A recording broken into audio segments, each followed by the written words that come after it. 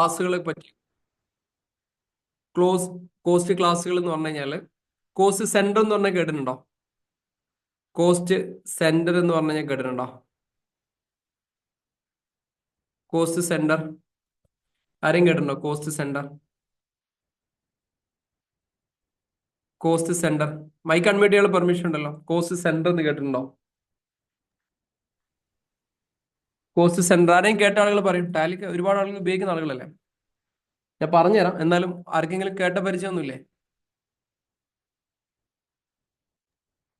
ഏതെങ്കിലും ഒരു department vice പിന്നെ എക്സ്പെൻസോ ഇൻകോ കിട്ടണമെന്നുണ്ടെങ്കിൽ ക്രിയേറ്റ് ചെയ്യാൻ വേണ്ടിയിട്ട്.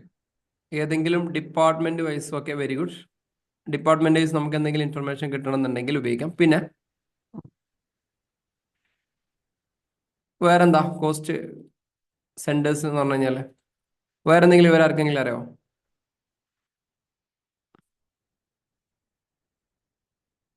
അറിയോ? കേട്ടിട്ടുണ്ടോ? വേറെ ആളും കേട്ടിട്ടില്ല? ഒന്ന് ഇല്ല പറയും മനുഷ്യന്മാരെ. നിങ്ങൾക്ക് അറിയുന്ന എന്താന്ന് സർ പറഞ്ഞോ. ഇല്ല സർ ഓരോ പ്രോഫിറ്റ് യൂണിറ്റ് ആയിട്ട് കാൽക്കുലേറ്റ് ചെയ്യാൻ വേണ്ടിട്ടല്ലേ കാറ്റഗറൈസ് ചെയ്തിട്ട്. എങ്ങനെ അതൊന്നുകൂടി പറഞ്ഞേ.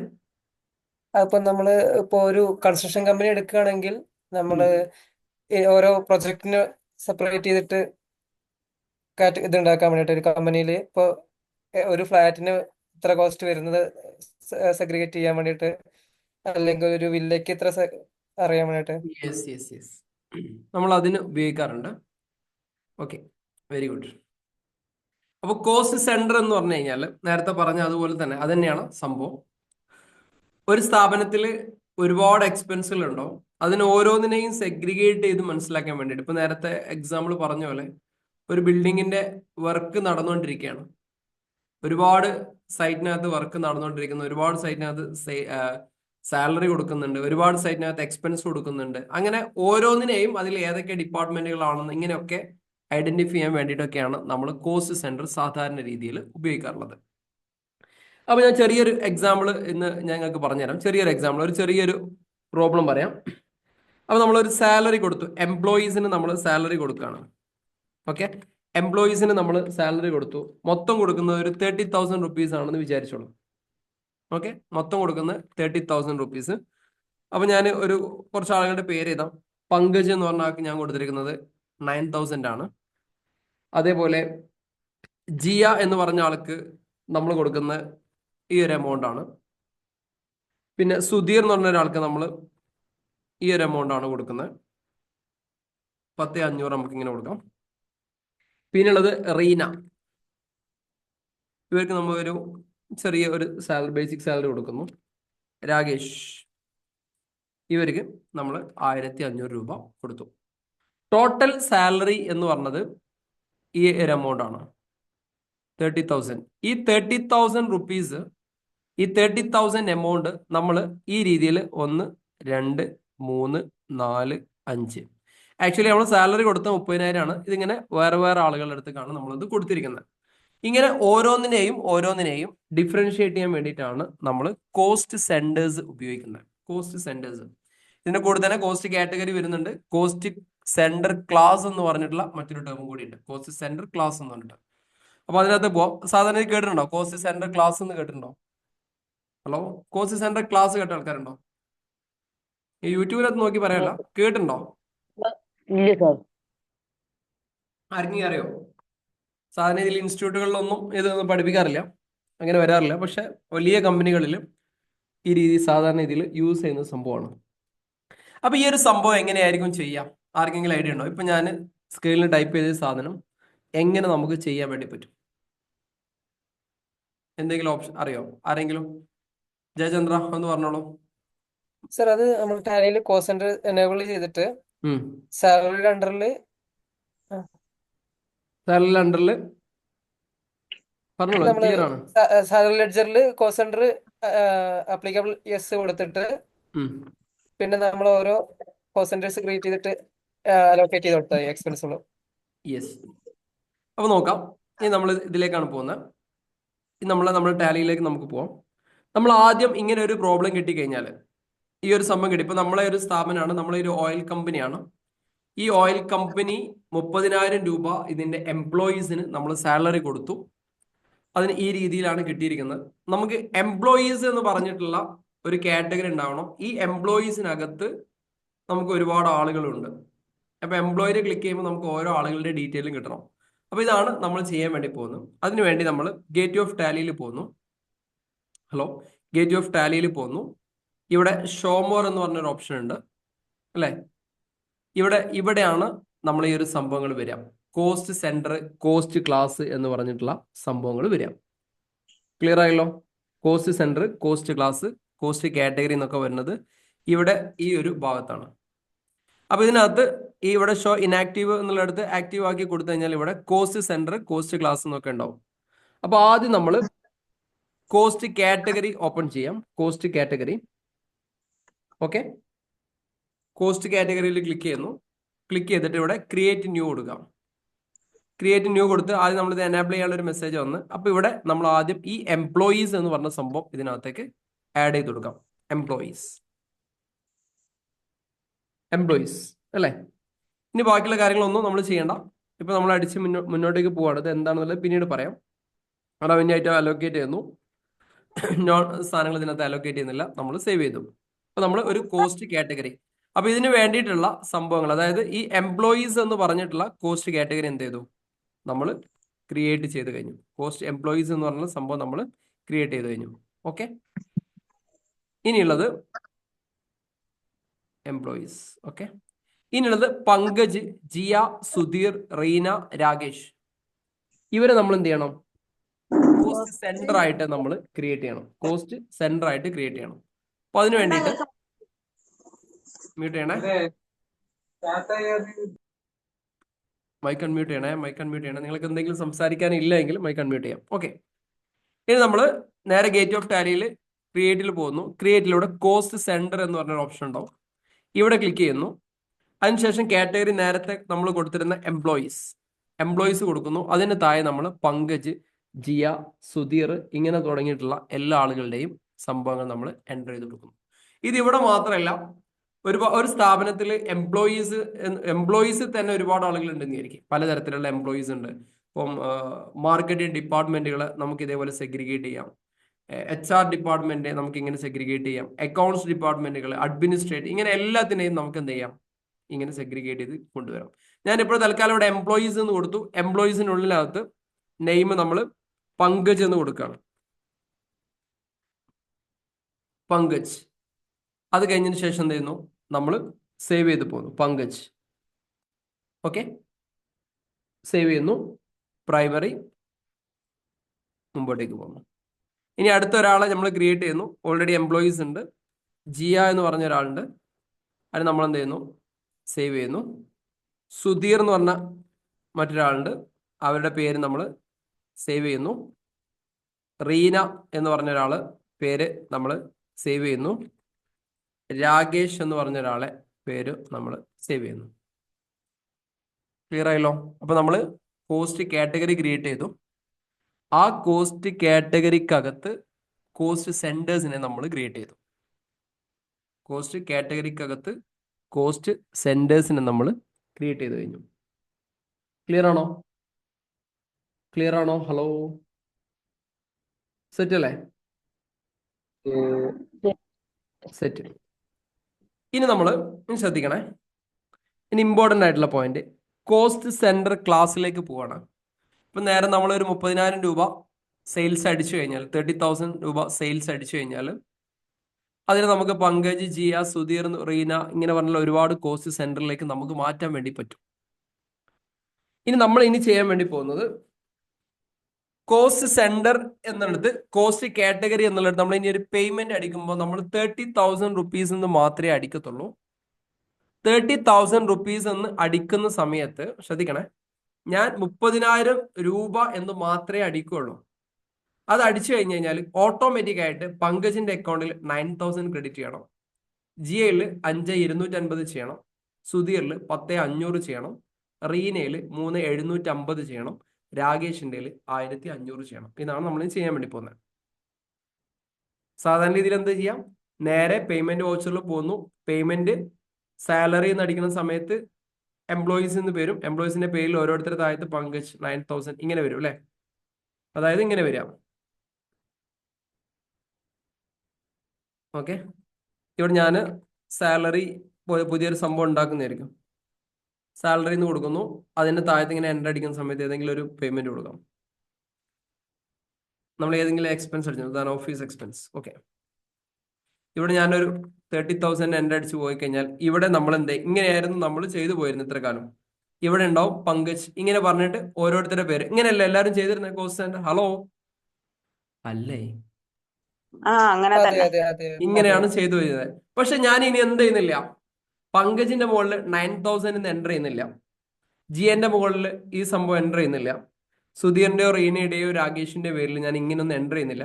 പക്ഷെ എനിക്ക് എന്ത് ചെയ്യണം, ഇവരുടെയൊക്കെ പേരിൽ ഓട്ടോമാറ്റിക് ആയിട്ട് ബാലൻസ് അവിടെ ബുക്ക് ചെയ്യും വേണം. എങ്ങനെയുണ്ട്, നടക്കും? ഹലോ, നടക്കോ? ഇങ്ങനെ നടക്കും ചെയ്യണം കേട്ടോ, നടക്കും. അക്കൗണ്ട്സ് ഇങ്ങനെ ചെയ്യണം. കോസ്റ്റ് സെന്റർ കോസ്റ്റ് ക്ലാസ് ആക്കിയിട്ട് കോസ്റ്റ് ചെയ്യാൻ സെന്റർ പറ്റും. ക്ലാസ് വെച്ചിട്ട് ചെയ്യാം. എന്തായിരുന്നു?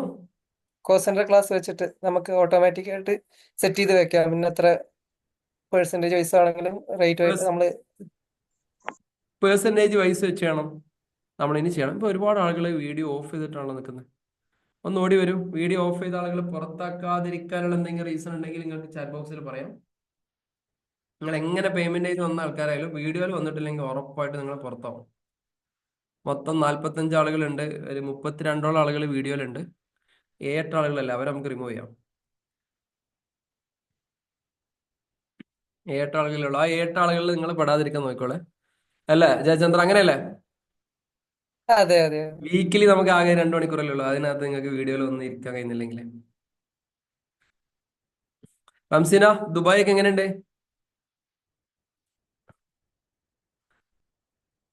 ഹലോ, പറ്റുന്നില്ല. ആ ദുബായ് എങ്ങനെയുണ്ട്? ദുബായൊക്കെ അടിപൊളിയാ. ദുബായ് ദുബായൊക്കെ അടിപൊളിയാണല്ലേ? അടിപൊളിയാ. ഇപ്പൊ പുറത്തു പോയി വന്നോളൂ. ആണാണോ? ആ. Okay, fine.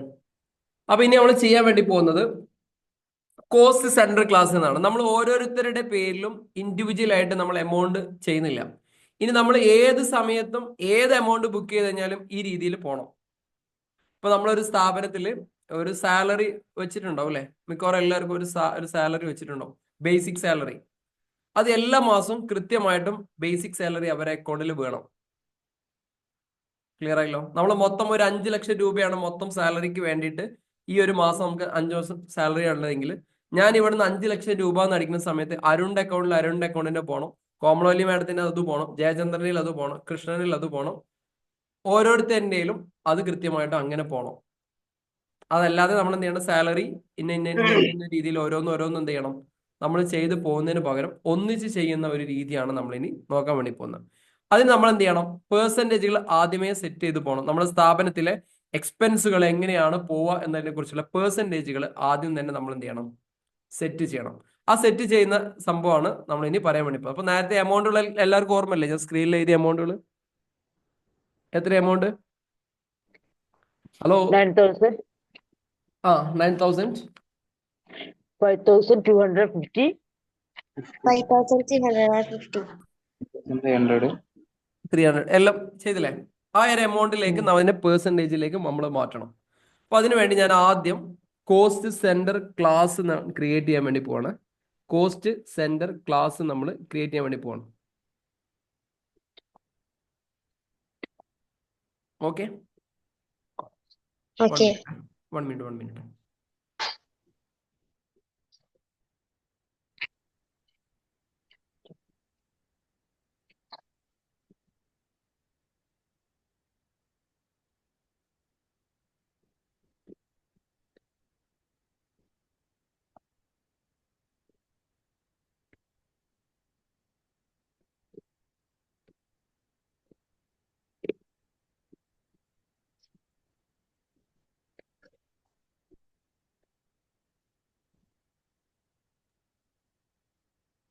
ഹലോ, പോയോ?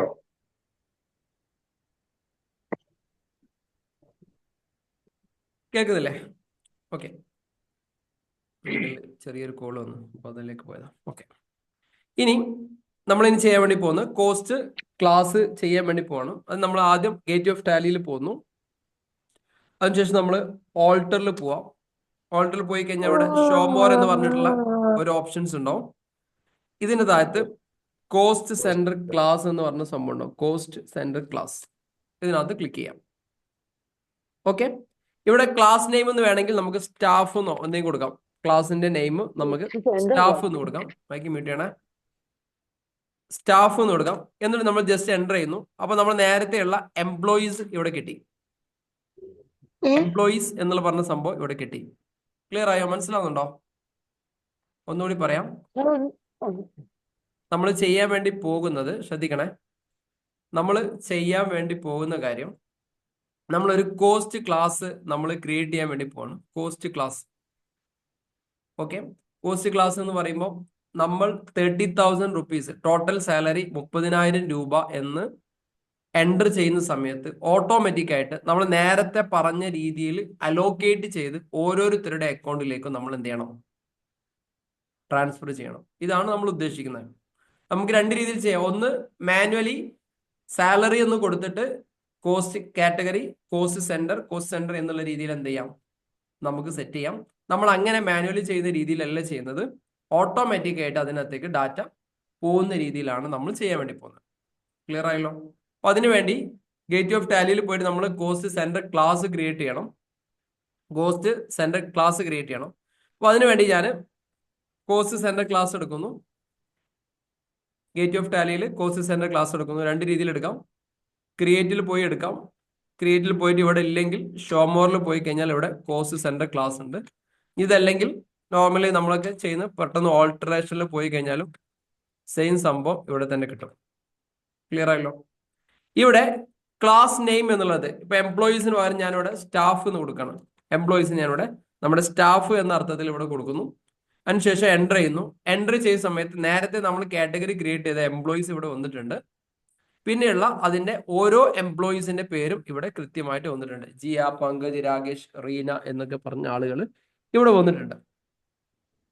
ഇനി നമ്മൾ ചെയ്യേണ്ടതെന്ന് വെച്ച് കഴിഞ്ഞാൽ ഇവരുടെ പേഴ്സൻറ്റേജുകൾ നമ്മൾ സെറ്റ് ചെയ്ത് വെക്കണം. പേഴ്സൻറ്റേജുകൾ സെറ്റ് ചെയ്ത് വെക്കണം. പേഴ്സൻറ്റേജുകൾ സെറ്റ് ചെയ്യാന്ന് പറഞ്ഞാൽ എങ്ങനെയായിരുന്നു ഉണ്ടായിരുന്നത്? നമ്മുടെ ടോട്ടൽ കോസ്റ്റ് എത്രയായിരുന്നു?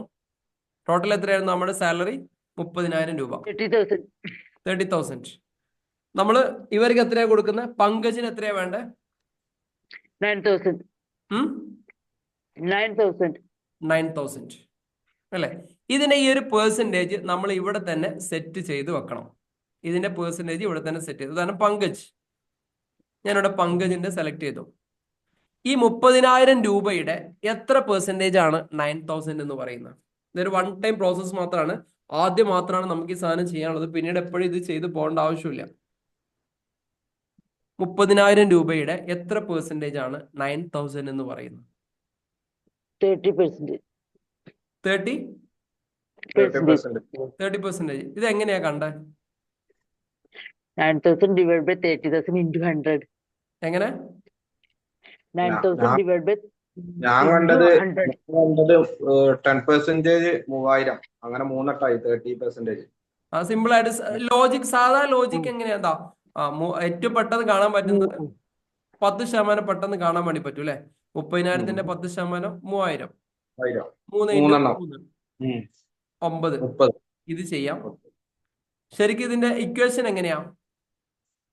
അതിരാ ഹലോ 30,000 into അല്ല അത് ഇതാണല്ലോ 30% 9,000 divided by 30,000 into 100. 9,000 divide by 30,000 into into 100. ഇതൊരു വൺ ടൈം പ്രോസസ് ആണ്. ഇപ്പോൾ ഈ ഒരു ഇൻറ്റു കാൽക്കുലേഷൻ കൊണ്ട് നടക്കേണ്ട ആവശ്യമില്ല. നമ്മൾ ഈ രീതിയിൽ ചെയ്യാം. ഇനി അടുത്ത ആളുടെ സാലറി ജിയ അല്ലെ? ജിയ 30,000ന്റെ എത്ര പെർസെൻറ്റേജ് ആണ് അവരുടെ സാലറി? 70.5%. 17.5 അല്ലെ? ആ. റെഡി അല്ലേ? അടുത്തത് സുധീർ. സുധീറിന്റെ സാലറി എത്ര പെർസെൻറ്റേജാ? ഇതൊരു വൺ ടൈം പ്രോസസ് ആണ്. നിങ്ങൾ ഒരുപാട് ടെൻഷൻ അടിക്കുന്നത് വേണ്ട. ഇത് ഓട്ടോമാറ്റിക്കായിട്ട് ബാക്കിയൊക്കെ വരും. 35%. 35%. 35%. പിന്നുള്ളത് ആരാ? റീന. റീന എത്ര പെർസെൻറ്റേജാ? 12.5. 12.5%. പിന്നെ ഏതാ? രാകേഷ്. എത്രയാ 5%. രാകേഷ്? എത്രയാ? 5%. 5%. ഇത് നോർമൽ ഇതിങ്ങനെ ആരും ചെയ്ത് നോക്കിയിരുന്നോ ഇതുവരെ? ഇല്ലല്ലോ. ടാലിയിൽ ഇങ്ങനെ സംഭവം ഉള്ളതെന്ന് അറിയില്ലല്ലോ. Hello, first time. First time അല്ലേ? ഓക്കെ. ഇത് എന്തിനാണ് ഉപയോഗിക്കുന്നത് വെച്ച് കഴിഞ്ഞാല് ഇത് എപ്പോഴൊക്കെയാണ് ഉപകാരപ്പെടുക എന്നുള്ളത് പറഞ്ഞുതരാം. ഇപ്പം നമ്മളൊരു കമ്മീഷൻ കൊടുക്കുമ്പോഴേ, അല്ലെങ്കിൽ വേറെ എന്തെങ്കിലും ഫിക്സഡ് ആയിട്ടുള്ള ചെലവുകൾ കൊടുക്കുമ്പോഴേ, നമ്മൾ ഇപ്പോൾ സാധാരണ രീതിയിൽ ഇപ്പൊ നമ്മൾ മൊത്തം ഇപ്പൊ നമ്മൾ 44 ആളുകളുണ്ട്. ഈ 44 ആളുകൾ ഒരു ഡിപ്പാർട്ട്മെന്റിലെ ആളുകളാണ്. ശ്രദ്ധിക്കണേ, ഡിപ്പാർട്ട്മെന്റിലെ ആളുകളാണ്. ഡിഫറെന്റ് തസ്തികയിൽ ഇരിക്കുന്ന ആളുകളുണ്ട്. മാനേജേഴ്സ്, അവർക്ക് ടോട്ടൽ സെയിൽസിന്റെ അല്ലെങ്കിൽ ഇത്രതിന്റെ 50% ഉണ്ട് എന്ന് വിചാരിക്കും. എന്തോ സംഭവത്തിന്റെ അതിന്റെ 50% മാനേജേഴ്സിന് പോകണം. ക്ലിയർ? 30% അതിന്റെ താഴത്തുള്ള ആളുകൾക്ക് പോകണം. 20% അതിന്റെ താഴെയുള്ള ആളുകൾക്ക് പോകണം. 10% അതിന്റെ താഴേക്കുള്ള ആളുകൾക്ക് പോകണം. ഇത് കോമൺ ആയിട്ട് ആ സ്ഥാപനത്തിൽ എത്ര രൂപയുടെ സെയിൽ നടക്കുമ്പോഴും ഇങ്ങനെയാണ് ഇതിന്റെ ഡിസ്ട്രിബ്യൂഷൻ എന്നുള്ളത് ഓൾറെഡി സെറ്റ് ചെയ്ത് വെച്ചിട്ടുണ്ടാവും. അങ്ങനെയാണെങ്കിൽ ശ്രദ്ധിച്ചോളെ, അങ്ങനെയാണെങ്കിൽ 5 lakh എന്ന റുപ്പീസ് കൊണ്ട് അടിച്ചു കൊടുത്തു കഴിഞ്ഞാൽ ഓട്ടോമാറ്റിക് അതിന്റെ 30 ഇങ്ങനെ പോകും, 50 ഇങ്ങനെ പോകും, 20 ഇങ്ങനെ പോകും, 10 ഇങ്ങനെ പോകും. ഓട്ടോമാറ്റിക്. അത് 10 ലക്ഷം രൂപ എടുത്തു കഴിഞ്ഞാലും അതും ഇതേ പെർസെന്റേജിൽ അങ്ങ് ഡിവൈഡ് ചെയ്യും. 1 കോടി രൂപ എടുത്തു കഴിഞ്ഞാൽ ഇതേപോലെ പെർസെന്റ് ഡിവൈഡ് ചെയ്യും. 10 രൂപ എടുത്തു കഴിഞ്ഞാൽ ഇതേപോലെ പെർസെന്റ് ഡിവൈഡ് ചെയ്യും. അപ്പൊ നമ്മുടെ പണികളൊക്കെ ഒരുപാട് കുറയും. അതിനാണ് കോസ്റ്റ് സെന്റർ ക്ലാസ് നമ്മൾ ഉപയോഗിക്കുന്നത്. ക്ലിയർ ആയോ? കോസ്റ്റ് സെന്റർ ക്ലാസ് എന്തിനാ ഉപയോഗിക്കുന്നത് എന്നുള്ളത് സെറ്റ്. നോർമലി നിങ്ങൾക്ക് ടാലിയിൽ നിങ്ങൾ അക്കാഡമിക്കലി ഈ സാധനങ്ങൾ ആരും പഠിപ്പിക്കുന്നുണ്ടാവില്ല, പക്ഷെ ഇത് റിലവന്റ് ആണ്. ക്ലിയർ ആണോ? ഹലോ, ക്ലിയർ ആയോ? ഇനി ഇതെങ്ങനെ ചെയ്യലും കൂടി കാണിച്ചു തരാം. സ്ക്രീൻ ഒന്നുകൂടി ഷെയർ ചെയ്യാം. ഇതെല്ലാം കഴിഞ്ഞതിന് ശേഷം രാകേഷിന്റെ 5% നമ്മൾ എൻ്റർ അടിച്ചു ആഡ് ചെയ്ത് പോയി കഴിഞ്ഞാൽ നമുക്ക് എന്ത് ചെയ്യാൻ പറ്റും? എൻഡ് ഓഫ് ലിസ്റ്റ് അടിച്ച് നമുക്ക് എന്ത് ചെയ്യാം? ഈ സംഭവം സേവ് ചെയ്ത് പോകാം. ഇപ്പൊ നമ്മൾ ഒരു ഡാറ്റ അടിച്ചിട്ടില്ല. കോസ്റ്റ് കാറ്റഗറി ക്രിയേറ്റ് ചെയ്തു, കോസ്റ്റ് സെന്റർ ക്രിയേറ്റ് ചെയ്തു. അത് കഴിഞ്ഞതിന് ശേഷം കോസ്റ്റ് സെന്റർ ക്ലാസ്സും നമ്മൾ ക്രിയേറ്റ് ചെയ്ത് കഴിഞ്ഞു. ഇനി ഇതെങ്ങനെയാണ് യൂസ് ചെയ്യുക എന്നുള്ളതും കൂടി പറയാം. ഇതെങ്ങനെയാണ് നമുക്കിനി യൂസ് ചെയ്യുക എന്നുള്ളതും പറയാം. അപ്പൊ നേരെ ഞാൻ ഒരു പേയ്മെന്റ് അടിക്കാൻ വേണ്ടി പോവാണേ. വൗച്ചറിൽ പോകുന്നു. വൗച്ചറിൽ പോയിട്ട് ഞാൻ F5 പേയ്മെന്റ് എടുക്കുന്നു. പേയ്മെന്റ് എടുത്തതിന് ശേഷം ഇവിടെ F12 അടിക്കാം. F12 അടിക്കുമ്പോൾ ഷോമോർ കോൺഫിഗറേഷൻ എന്നില്ലേ? Hello, show more configuration. ഇതിനകത്ത് കോസ്റ്റ് സെന്റർ അലോക്കേഷൻ എന്ന് പറഞ്ഞ ഒരു ടൂൾ ഉണ്ട്. ഇവിടെ ഇല്ലെങ്കിൽ ഇവിടെ ഞാൻ അടിച്ചു കൊടുക്കാം. എസ് അടിച്ചു കൊടുക്കാം. കാണുന്നുണ്ടോ? കോസ്റ്റ് സെന്റർ ക്ലാസ് എന്നുള്ള ഏതെങ്കിലും സെഗ്മെന്റ് കാണുന്നുണ്ടോ? കാണുന്നുണ്ടോ? Yes. എവിടെയാ? കോസ്റ്റ് സെന്റർ സെലക്ടർ അടിയിൽ എവിടെ? ഏഴാമത്തെ സെന്റർ ഓർ ക്ലാസ് ഫൈനൽ ബാലൻസസിന്റെ അടിയിൽ. ഇതല്ലേ? ഇതിനെ നമ്മൾ എസ് ആക്കി കൊടുക്കാം. ഒന്ന് എഴുതി വെച്ചോളൂ. F12 പോവാം. F12 പോയി കോൺഫിഗറേഷൻ കിട്ടും. അതിനകത്ത് കോസ്റ്റ് സെന്റർ ക്ലാസ് എന്നുള്ളത് എസ് ആക്കി കൊടുക്കാം.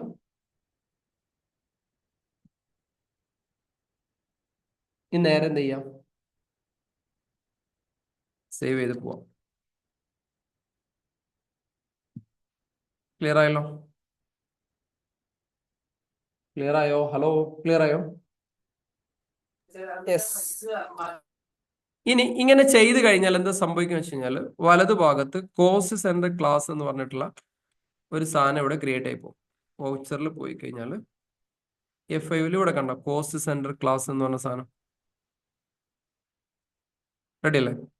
ഇവിടെ നമ്മൾ ഓൾറെഡി ഒരു കോസ്റ്റ് സെന്റർ ക്ലാസ് ഉണ്ടാക്കി വെച്ചിട്ടുണ്ട്. സ്റ്റാഫ് എന്ന് പറഞ്ഞിട്ടുള്ള സംഭവം ഉണ്ടാക്കി വെച്ചിട്ടുണ്ട്. സ്റ്റാഫും സെലക്ട് ചെയ്യുന്നു. നമ്മൾ എങ്ങനെയാണോ ക്യാഷ് കൊടുക്കുന്നത് ആ സംഭവം അതേപോലെ ഇവിടെ സെലക്ട് ചെയ്ത് കൊടുക്കും. ഉദാഹരണം ക്യാഷ് ആണ് കൊടുക്കുന്നെങ്കിൽ ക്യാഷ്. ക്ലിയർ ആയോ? ഇനി ഇവിടെ സാലറി എക്സ്പെൻസ് എന്നുള്ള സംഭവമാണ് നമ്മളിവിടെ കൊടുക്കേണ്ടത്. Salary expense. അപ്പോൾ സാലറി എക്സ്പെൻസ് ഇല്ലെങ്കിൽ എന്ത് ചെയ്യണം? സാലറി എക്സ്പെൻസ് എന്ന് പറഞ്ഞ ഒരു സംഭവം നമ്മളിവിടെ ക്രിയേറ്റ് ചെയ്ത് കൊടുക്കണം. ക്ലിയർ ആയല്ലോ? ക്രിയേറ്റ് ചെയ്ത് കൊടുക്കാം. ഇത് രണ്ട് രീതിയിൽ ചെയ്യട്ടോ. ഞാനിപ്പോൾ ഇവിടെ സിംഗിൾ മോഡിലാണ് ചെയ്യുന്നത്. ഡബിൾ മോഡിൽ ചെയ്യണമെന്നുണ്ടെങ്കിൽ ഡബിൾ മോഡിൽ ചെയ്യാം. ഇനി ഇതേപോലെ തന്നെ നിങ്ങൾക്ക് കൺഫ്യൂഷൻ ഒന്നും വേണ്ട. ഇവിടെ ചേഞ്ച് മോഡായി കഴിഞ്ഞാൽ ഡബിൾ മോഡ് കിട്ടും. ഡബിൾ മോഡിൽ എന്ത് ചെയ്യാം? ഇതേപോലെ ചെയ്യാം. ഡബിൾ മോഡ് ആകുമ്പോൾ ആദ്യം നമ്മൾ സാലറി എന്നുള്ള സംഭവം ഇവിടെ ഉണ്ടാക്കണം. അപ്പൊ ഞാൻ എന്ത് ചെയ്യണം? ആദ്യം സാലറി എന്ന് പറഞ്ഞിട്ടുള്ള ഒരു സംഭവം ഞാൻ ക്രിയേറ്റ് ചെയ്യാണ്. ലെഡ്ജർ സാലറി എന്ന് പറഞ്ഞിട്ട് ഇവിടുന്ന് ഓൾട്ട് സി അടിക്കുന്നു. സാലറി അണ്ടർ എന്താ സാലറിയുടെ indirect expense. Indirect expense save ചെയ്യുന്നു. സാലറി ഞാനിവിടെ 30,000 രൂപ കൊടുക്കുന്നു. അതിനുശേഷം ടു ക്യാഷ് 30,000 രൂപ കൊടുക്കാം. ക്ലിയർ ആയോ? ക്ലിയർ ആയോ? ഇങ്ങനെ കൊടുത്തു കഴിഞ്ഞാൽ ജസ്റ്റ് ഒന്ന് പേജ് അപ്പ് അടിച്ചു കൊടുത്തു കഴിഞ്ഞാൽ നമ്മളെ കൊടുത്ത ഡാറ്റ ഓട്ടോമാറ്റിക് ആയിട്ട് ഇതിനകത്ത് സെറ്റ് ചെയ്ത് പോന്നിട്ടുണ്ടാവും. ക്ലിയർ ആയോ? ഒന്നുകൂടി കാണിക്കാം. ഈ ഡാറ്റ ഞാൻ ഡിലീറ്റ് ചെയ്യാണ്. നിങ്ങൾ ചെയ്യേണ്ട ഇത്രയേ ഉള്ളൂ. പേയ്മെന്റിൽ പോകുന്നു. സാലറി ഇവിടെ സെലക്ട് ചെയ്ത് കൊടുക്കാം. ഇവിടെ ഉറപ്പ് വരുത്തണേ. ഇവിടെ സ്റ്റാഫ് എന്നുള്ള സംഭവം ആണ് എന്നുള്ളത് നിങ്ങൾ ഉറപ്പ് വരുത്താം. അതിനുശേഷം സാലറി 30,000 രൂപ കൊടുക്കാം. എൻഡ് അടിക്കാം. ക്യാഷ് കൊടുക്കുക. 30,000 വെക്കാം. സേവ് ചെയ്യാം. നമ്മൾ സേവ് ചെയ്ത് കഴിഞ്ഞു. ജസ്റ്റ് കീബോർഡിലെ പേജ് അപ്പ് അടിച്ചു കൊടുത്തു കഴിഞ്ഞാൽ ഈ ഒരു സംഭവം ഇവിടെ വന്നിട്ടുണ്ടാവും. ക്ലിയർ ആണോ? ഇനി നോക്കൂ, ഈ ഒരു എമൗണ്ട് മാത്രമല്ല കേട്ടോ. ഞാനിവിടെ സ്റ്റാഫ് വെച്ച് കൊടുക്കുന്നു. സാലറി തന്നെ കൊടുക്കാം. ഞാൻ കൊടുക്കുന്ന ഇപ്രാവശ്യം ഒരു 5 ലക്ഷം രൂപയാണെന്ന് വിചാരിക്കുക. അല്ലെങ്കിൽ ഇത്രയും വലിയൊരു എമൗണ്ട് ആണ് ഞാൻ കൊടുക്കുന്നത്. ക്യാഷ് കൊടുത്തു. സേവ് ചെയ്തു എന്ന് വിചാരിക്കാം. പേജ് അപ്പ് എടുത്തു കഴിഞ്ഞാൽ ഈക്വലി ഇതേപോലെ ഡിവൈഡ് ചെയ്ത് പോയിട്ടുണ്ടാവും. ഈക്വലി അല്ല, എന്ത് പെർസെൻറ്റേജ് അടിസ്ഥാനമാണോ നേരത്തെ കൊടുത്തിരിക്കുന്നത് അതുപോലെ സംഭവം പോയിട്ടുണ്ടാവും. ക്ലിയർ ആയോ? ഇതിനാണ് നമ്മൾ കോസ്റ്റ് ക്ലാസ് എന്നുള്ള സംഭവം നമ്മൾ യൂസ് ചെയ്യുന്നത്. ഉപകാരമുണ്ടോ? ഇങ്ങനെ നമ്മുടെ പെർസെൻറ്റേജുകളൊക്കെ ഇതേപോലെ സ്റ്റാഫ് എന്നുള്ള പോലെ കോസ്റ്റ് ക്ലാസ്സുകൾ നമുക്ക് ഉണ്ടാക്കി വെച്ചിട്ട് എന്ത് ചെയ്യാം? സെറ്റ് ചെയ്ത് വെച്ച് കഴിഞ്ഞ് കഴിഞ്ഞാൽ നമുക്ക് ഒരുപാട് പണികൾ കുറയും. ക്ലിയർ ആയോ? ഇതല്ലെങ്കിൽ നമ്മൾ എന്ത് ചെയ്യണം? ഇതിപ്പം നമുക്ക് ആദ്യത്തെ ഒരു പണി മാത്രമേ ഉള്ളൂ. ഈ പെർസെൻറ്റേജുകൾ ഒന്ന് സെറ്റ് ചെയ്ത് ഒന്ന് ലെവലാക്കി വെക്കുന്നവരെയുള്ള ആദ്യ പണികൾ മാത്രമേ ഉള്ളൂ. പിന്നീട് എല്ലാം എന്ത് ചെയ്യും? ഓട്ടോമാറ്റിക് ആയിട്ട് ടിക് ടിക് ടിക് ടിക് ടിക് എന്ന് പറഞ്ഞാൽ എന്ത് ചെയ്യും? പരിപാടികൾ നടക്കും. ക്ലിയർ ആയല്ലോ? കോസ്റ്റ് കാറ്റഗറി എന്താണ്, കോസ്റ്റ് സെന്റർ എന്താണ്, കോസ്റ്റ് ക്ലാസ് എന്താന്നുള്ളത്, അതിന്റെ യൂസേഴ്സ് മനസ്സിലായല്ലോ. ഇനിയിപ്പോ ഞാൻ സ്റ്റാഫ് എന്നുള്ള കോസ്റ്റ് ക്ലാസ് മാത്രമേ ഉണ്ടാക്കിയത്. ഇതേപോലെ സാലറിക്ക് വേറെ ഉണ്ടാക്കാം, കമ്മീഷൻ സ്ട്രക്ചറിന് വേറെ ഉണ്ടാക്കാം. നമ്മൾ ഇതായിട്ട് എന്ത് ചെയ്യണം? കാറ്റഗറി ഉണ്ടാക്കണം, സംഭവം ഉണ്ടാക്കണം, അതിനകത്തേക്ക് എന്ത് ചെയ്യണം? ഈ സാധനം ബൈൻഡ് ചെയ്യും വേണം. എന്നാ പണി കഴിഞ്ഞു. ഞാൻ ഒരൊറ്റ സിനാരിയോ പറയണത്, ഈ സിനാരിയോ നിങ്ങളുടെ ബിസിനസ്സിനകത്ത് എങ്ങനെയാണോ വരുന്നത് അതുപോലെ നിങ്ങൾ ചെയ്യാം. ഒരു സാധനം പഠിച്ചു കഴിഞ്ഞാൽ ഞാൻ പറയുന്ന സംഭവത്തിൽ മാത്രമല്ല അത് യൂസ് ചെയ്യാൻ പറ്റുക. നമ്മുടെ ബിസിനസ്സിന് ഈ സാധനം എങ്ങനെ യൂസ് ചെയ്യാൻ പറ്റും എന്നുള്ളത് എന്ത് ചെയ്യാം? നിങ്ങൾ ആലോചിക്കാം. സെറ്റാണോ? എല്ലാവർക്കും മനസ്സിലാവും? ആർക്കും മനസ്സിലാവാത്തുണ്ടെങ്കിൽ ഒന്ന് പറഞ്ഞോളെ. ഈ സംഭവം എന്താന്ന് മനസ്സിലാവാത്ത ആളുകൾ, കോസ്റ്റ് ക്ലാസ് സെന്റർ എന്ന് പറഞ്ഞ മനസ്സിലാവാത്ത ആളുകൾ ആരെങ്കിലും ഉണ്ടോ? ഇത് ഒരു സ്ഥലത്ത് നിങ്ങൾ കേട്ടിട്ടുണ്ടാവില്ല. നോർമലി കോസ്റ്റ് കാറ്റഗറിയും കോസ്റ്റ് സെന്റർ എന്നാണ്. ഇങ്ങനത്തെ ഒരേ കേൾക്കാത്ത സാധനം വരാനിരിക്കുന്നുണ്ട്. ക്ലാസ്സുകൾ ലൈവ് മിസ് ആവാതിരിക്കാം. റെക്കോർഡിങ് കാണുന്നതിന് ഭയങ്കര ചടങ്ങായിരിക്കും. അല്ല ഫാറൂഖ് ഭായി? റെക്കോർഡ് കാണുന്നത് ഭയങ്കര ചടങ്ങായിരിക്കും. ലൈവ് അറ്റൻഡ് ചെയ്യുന്നതാണ് നല്ലത്. റെക്കോർഡ് കാണാന് ഇന്നപോലെ ഫ്രീ ഉള്ള ആളുകൾക്ക് എളുപ്പമാണ്. മറ്റുള്ളവർക്കൊക്കെ ഫ്രീ അനുഭവകരമായി. ഉണ്ടെങ്കിലും ഈ സാധനം ഈ പരസ്യം കയറി വല്ലോ എല്ലാം കൂടെ ആവുമ്പോ ഭയങ്കര ലൈവിൽ തന്നെ വരിക. അതിന്റെ ഇടയിൽ കൂടെ നമ്മൾ വേറെ റീലിക്കൊക്കെ പോകും. റംസീനൊക്കെ ഇപ്പൊ ദുബായി പോയിട്ട് ഫ്രീ ആണ് ഒക്കെ, അവർക്കൊക്കെ കേൾക്കാം. അവർക്കൊക്കെ നടക്കും. റംസീനെ ഇവിടെ ലൈവ് ലൈവ് കാണാനാണ് സുഖം. അതാവും പെട്ടെന്ന് നേരം പോണത് അറിയില്ല. അവളിടങ്ങി അതെ എവിടുന്നോ കയറി ഓടി പിടിച്ച് വരാൻ തോന്നുന്നല്ലേ? ആ അതുകൊണ്ടാണ് എല്ലാവരും റെക്കോർഡ് കാണല് റെക്കോർഡ് എനിക്ക് കാണാൻ ഇഷ്ടമല്ല. ഓക്കെ, ഇനി നമ്മൾ അടുത്ത സംഭവം ചെയ്യാം. നമ്മളൊരു സാലറിന് സംഭവം നമ്മൾ കൊടുത്തു കഴിഞ്ഞു. യൂട്യൂബിലുള്ള ആളുകൾ അവിടെ കമന്റ് ഇട്ട് പോയിക്കൊള്ളട്ടെ, നമ്മൾ നോക്കുന്നുണ്ട് എന്തെങ്കിലും ഡൗട്ട് ഉണ്ടെങ്കിൽ. ഇനി നമ്മൾ എന്ത് ചെയ്യാണ്, നമ്മുടെ മസ്റ്റാർഡ് ഓയിലിന്റെ 1 ലിറ്റർ 5 ലിറ്റർ ഓൾറെഡി നമ്മൾ ഉണ്ടാക്കി വെച്ച കുറച്ച് സാധനം നമ്മുടെ കയ്യിലുണ്ട്. ഇത് നമ്മളൊരു അൺരജിസ്റ്റേർഡ് ഡീലർക്ക് നമ്മൾ സെയിൽ ചെയ്യാൻ വേണ്ടി പോവാണ്. അൺരജിസ്റ്റേർഡ് ആയിട്ടുള്ള ഒരു ഡീലർക്ക് നമ്മൾ സേവ് ചെയ്യാൻ പോകണ്ട. അപ്പോൾ ജസ്റ്റ് ഞാനൊന്ന് സ്ക്രീനിൽ കാണിക്കാം. ഇതാണ് നമ്മൾ ചെയ്യാൻ വേണ്ടി പോകുന്നത്. ജസ്റ്റ് എവിടെയെങ്കിലും നോട്ട് ചെയ്ത് വെച്ചോളൂ. എനിക്കിത് പറഞ്ഞു തരണം.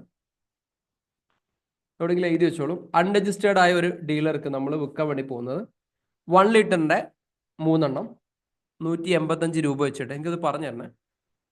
1 ലിറ്ററിന്റെ 3 എണ്ണം 185 രൂപ വെച്ചിട്ട്, 5 ലിറ്ററിന്റെ 5 എണ്ണം 950 രൂപ വെച്ചിട്ട്. അൺരജിസ്റ്റേർഡ് ഡീലർക്കാണ്. അയാൾക്ക് GST രജിസ്ട്രേഷൻ കാര്യങ്ങളൊന്നുമില്ല. അയാൾക്ക് നമുക്ക് സെയിൽ ചെയ്യാൻ വേണ്ടി പോകണം. അങ്ങനെ എങ്ങനെയാണ് അത് ചെയ്യുക എന്നുള്ളതാണ് നമ്മളിനി നോക്കാൻ വേണ്ടി പോകുന്നത്. ഓക്കെ, അപ്പൊ എങ്ങനെയാ ചെയ്യാം? ആദ്യം നമ്മൾ എവിടെ പോവാം? സെയിൽ ചെയ്യാൻ വേണ്ടി പോവാം. എവിടെ പോവാം? വൗച്ചറിൽ പോകുന്നു, സെയിൽ എടുക്കുന്നു. ആരുടെ പേരാ കൊടുക്കാം നമുക്ക്? റഷീദ. ഓക്കെ, റഷീദ എന്നൊരാളുടെ പേര് നമ്മൾ കൊടുക്കല്ലേ. പാർട്ടി നെയിം റഷീദ, ഇതിനകത്തില്ലല്ലോ. റഷീദ സൺഡ്രി ഡെപ്റ്റേഴ്സ് ആണോ ക്രെഡിറ്റേഴ്സ് ആണോ? റഷീദ നിങ്ങൾ എവിടെ ഉള്ള സ്ഥലം? ഡെപ്റ്റേഴ്സ്. റഷീദ എവിടെ സ്ഥലം? നിങ്ങളെവിടെ സ്ഥലം? കൊണ്ടോട്ടി. ഇന്ന നാട്ടുകാരാണല്ലേ? ഓക്കെ. സാറിന്റെ നാട്ടുകാര് മുഴുവൻ സാറിന്റെ നാട്ടുകാരാണല്ലോ. അതെ, നമ്മൾ കമ്മീഷൻ കൊടുത്ത് ഏൽപ്പിച്ച. ഇത് കൊണ്ടോട്ടിക്ക് പിന്നെ റിസർവ് ചെയ്തിക്കണോ സംശയമുണ്ട്. ഓക്കെ, അപ്പോ നമ്മൾ എന്ത് ചെയ്തു? ഇവിടെ കൊടുത്തു. ഇവിടെ GST കൊടുക്കണ്ട കേട്ടോ. ഇവിടെ GST കൊടുക്കണ്ട. കാരണം എന്താ? ഇവര് അൺരജിസ്റ്റേർഡ് ഡീലറാണ്. കേരളത്തിലുള്ള ഒരാളായിട്ട് തന്നെ നമുക്ക് അതിനെ ട്രീറ്റ് ചെയ്യാം. ഇവിടെ എപ്പോഴും ഈ കോഴ്സ് സെന്റർ കോസ്റ്റ് ക്ലാസ് എന്നില്ലേ, ഈ സാധനം വരുന്ന മെയിൻ ചെയ്യണ്ട കേട്ടോ. ഇവിടെ കൊടുത്തു കഴിഞ്ഞാൽ അതിനകത്തേക്ക് അലോക്കേറ്റ് ചെയ്തു പോകും. നോട്ട് അപ്ലിക്കബിൾ എന്നുള്ള രീതിയിൽ കൊടുത്തോളൂ. അപ്പോൾ നമ്മൾ കൊടുക്കാൻ വേണ്ടി പോകുന്നത് മസ്റ്റാർഡിന്റെ 1 ലിറ്റർ എത്ര പറഞ്ഞേ? 1 ലിറ്റർ എത്ര പറഞ്ഞേ? 3 എണ്ണം. എന്റെ ലൊക്കേഷൻ എവിടെയായിരുന്നു? ഏത് ഗോഡൌണിലാണ് ഇപ്പൊ നിലവിൽ സാധനം ഉള്ളത്? ഫിനിഷ്ഡ് ഗുഡ്സില് ബാച്ച് ഒക്കെ ഇവിടെ തന്നെ ഉണ്ട്. എത്ര എണ്ണം പറഞ്ഞേ? 3 എണ്ണം 185 രൂപ. ഓക്കെ, 185 ഓൾറെഡി ഉള്ള. അതിന്റെ എക്സ്പയറി ഡേറ്റും കാര്യങ്ങളൊക്കെ നമുക്ക് ഇവിടെ സെറ്റ് ചെയ്യാം. അത് പോകുന്നു. അത് കഴിഞ്ഞതിന് ശേഷം 555. ഇനി മസ്റ്റാർഡ് സീഡ്സിന്റെ 15 ലിറ്റർ അല്ലേ? 5 ലിറ്റർ 5 ലിറ്റർ 5 ലിറ്റർ അല്ലേ? 5 ലിറ്റർ. ഫിനിഷ്ഡ് ഗുഡ്സ് ഗോഡൌണിൽ 14 എണ്ണം സ്റ്റോക്ക് ഉണ്ട്. ഗോഡൌണിൽ 14 സ്റ്റോക്ക് ഉണ്ട്. ഇതേ ബാച്ച് എണ്ണം പറഞ്ഞ് 5 എണ്ണം. 5. പ്രൈസ് ഇത് തന്നെയാണ്, ഓൾറെഡി പറഞ്ഞ പ്രൈസ് തന്നെ. അതെ. അടിച്ചു കൊടുക്കുന്നു, സേവ് ചെയ്ത് പോകുന്നു. ഇനി GST ആഡ് ചെയ്യണോ വേണ്ടേ? GST ആഡ് ചെയ്യണോ വേണ്ടേ? കഴിഞ്ഞ ക്ലാസ്സിൽ വിശദമായിട്ട് പറഞ്ഞിട്ടുണ്ടായിരുന്നു. ചെയ്യണം, ആഡ് ചെയ്യണം. എന്തിനാ GST ആഡ് ചെയ്യുന്നത്? GST എന്തിനാ ആഡ് ചെയ്യുന്നത്? GST ഉണ്ടല്ലോ, നമ്മൾ രജിസ്റ്റേർഡ് അല്ലേ? നമ്മളല്ലേ വെക്കുന്നത്. നമ്മൾ നമ്മളല്ലേ അവരടുത്ത് നമ്മള് GST വാങ്ങണം. കളക്ട് ചെയ്യണം. കളക്ട് ചെയ്യാം, നേരെ ഗവൺമെന്റിലേക്ക് അടിച്ചു വിടാം. ഇൻപുട്ടും ഔട്ട്പുട്ടും നമ്മൾ പ്രശ്നങ്ങളൊന്നും ഉണ്ടാവില്ല. അപ്പൊ നമ്മൾ ഇനി എന്താ ചെയ്യണ്ടേ? ഇവിടെ GST അടിച്ചു കൊടുത്താൽ മതിയോ? അടുത്തതിനകത്ത് നെഗറ്റീവ് സ്റ്റോക്ക് 3 കാണുന്നത്. ഒരു എൻട്രും കൂടി അടിക്കാം. അല്ല, ഈ നെഗറ്റീവ് സ്റ്റോക്ക് വരാൻ കാരണം ഇവിടെ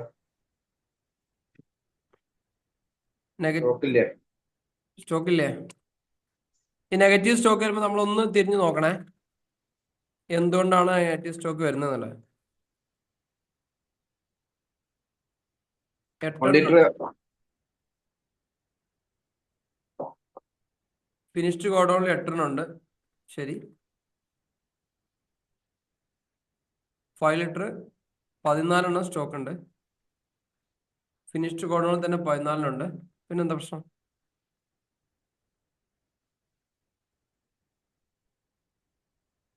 ഓക്കെ, ഇനി എന്ത് ചെയ്യാം? ജസ്റ്റ് ഒരു എൻട്രം കൂടി അടിച്ച് അടുത്ത സ്റ്റെപ്പിലേക്ക് പോവാം. ഇവിടെ നമ്മൾ CGST. CGST എന്ന് കൊടുക്കാം. പ്രൈസ് ഓട്ടോമാറ്റിക് വരണം. SGST. SGST എന്ന് കൊടുക്കാം. പ്രൈസ് ഓട്ടോമാറ്റിക് വരണം. ഇത് തന്നെയാണോ ചെയ്തു നോക്കുന്ന ആളുകൾക്കൊക്കെ വരുന്നത്? ഇതിനകത്ത് ചൊറഞ്ഞൊരു സാധനം ഉണ്ട് കേട്ടോ, ഒരു 0.26 എന്നുള്ളത്. അത് ഒഴിവാക്കണം. അതെങ്ങനെ റൗണ്ട് ഓഫ് അടിച്ചു കൊടുത്താൽ മതി. റൗണ്ട് ഓഫ് കൊടുക്കാം. Round of ledger Round off create ചെയ്യാം. കൊടുത്താൽ മതി. റൗണ്ട് ഓഫ് ലെഡ്ജർ ഓൾറെഡി നമ്മൾ ഉണ്ടാക്കി തന്നു. ഓക്കെ. അപ്പൊ 26 ഉള്ളത് അല്ലെ, 0.26 ഉള്ളത്. ഏറ്റവും നല്ല എന്താ അറിയോ, -0.26 അടിച്ചു കൊടുത്താൽ മതി. പ്രശ്നം തീർന്നില്ലേ? ക്ലിയർ ആയില്ലേ? -0.26 അടിച്ചു കൊടുത്തപ്പോ എന്തായി? പ്രശ്നം തീർന്നു. ക്ലിയർ ആണോ?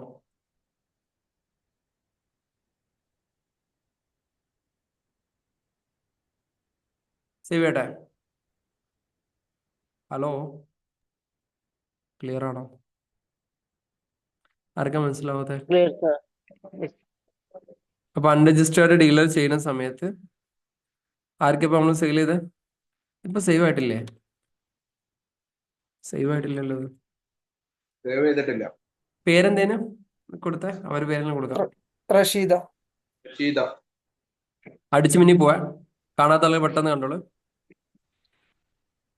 Mustard 1 litre, location finished goods, godown 3,185 കഴിഞ്ഞു. Mustard 5 litre, finished goods godown, batch Right number. 5,950. Just അടിക്കാം. CGST SGST റൗണ്ട് ഓഫ് ചെയ്യുന്നത് നല്ലതാണ്. ചെയ്തില്ലെങ്കിൽ പോലീസ് പിടിക്കൊന്നുമില്ല, എന്നാലും ചെയ്തു പോകുന്നതാണ് നല്ലത്. ഓക്കെ, ഇത് ഒഴിവാക്കാൻ എന്താ ചെയ്യാ?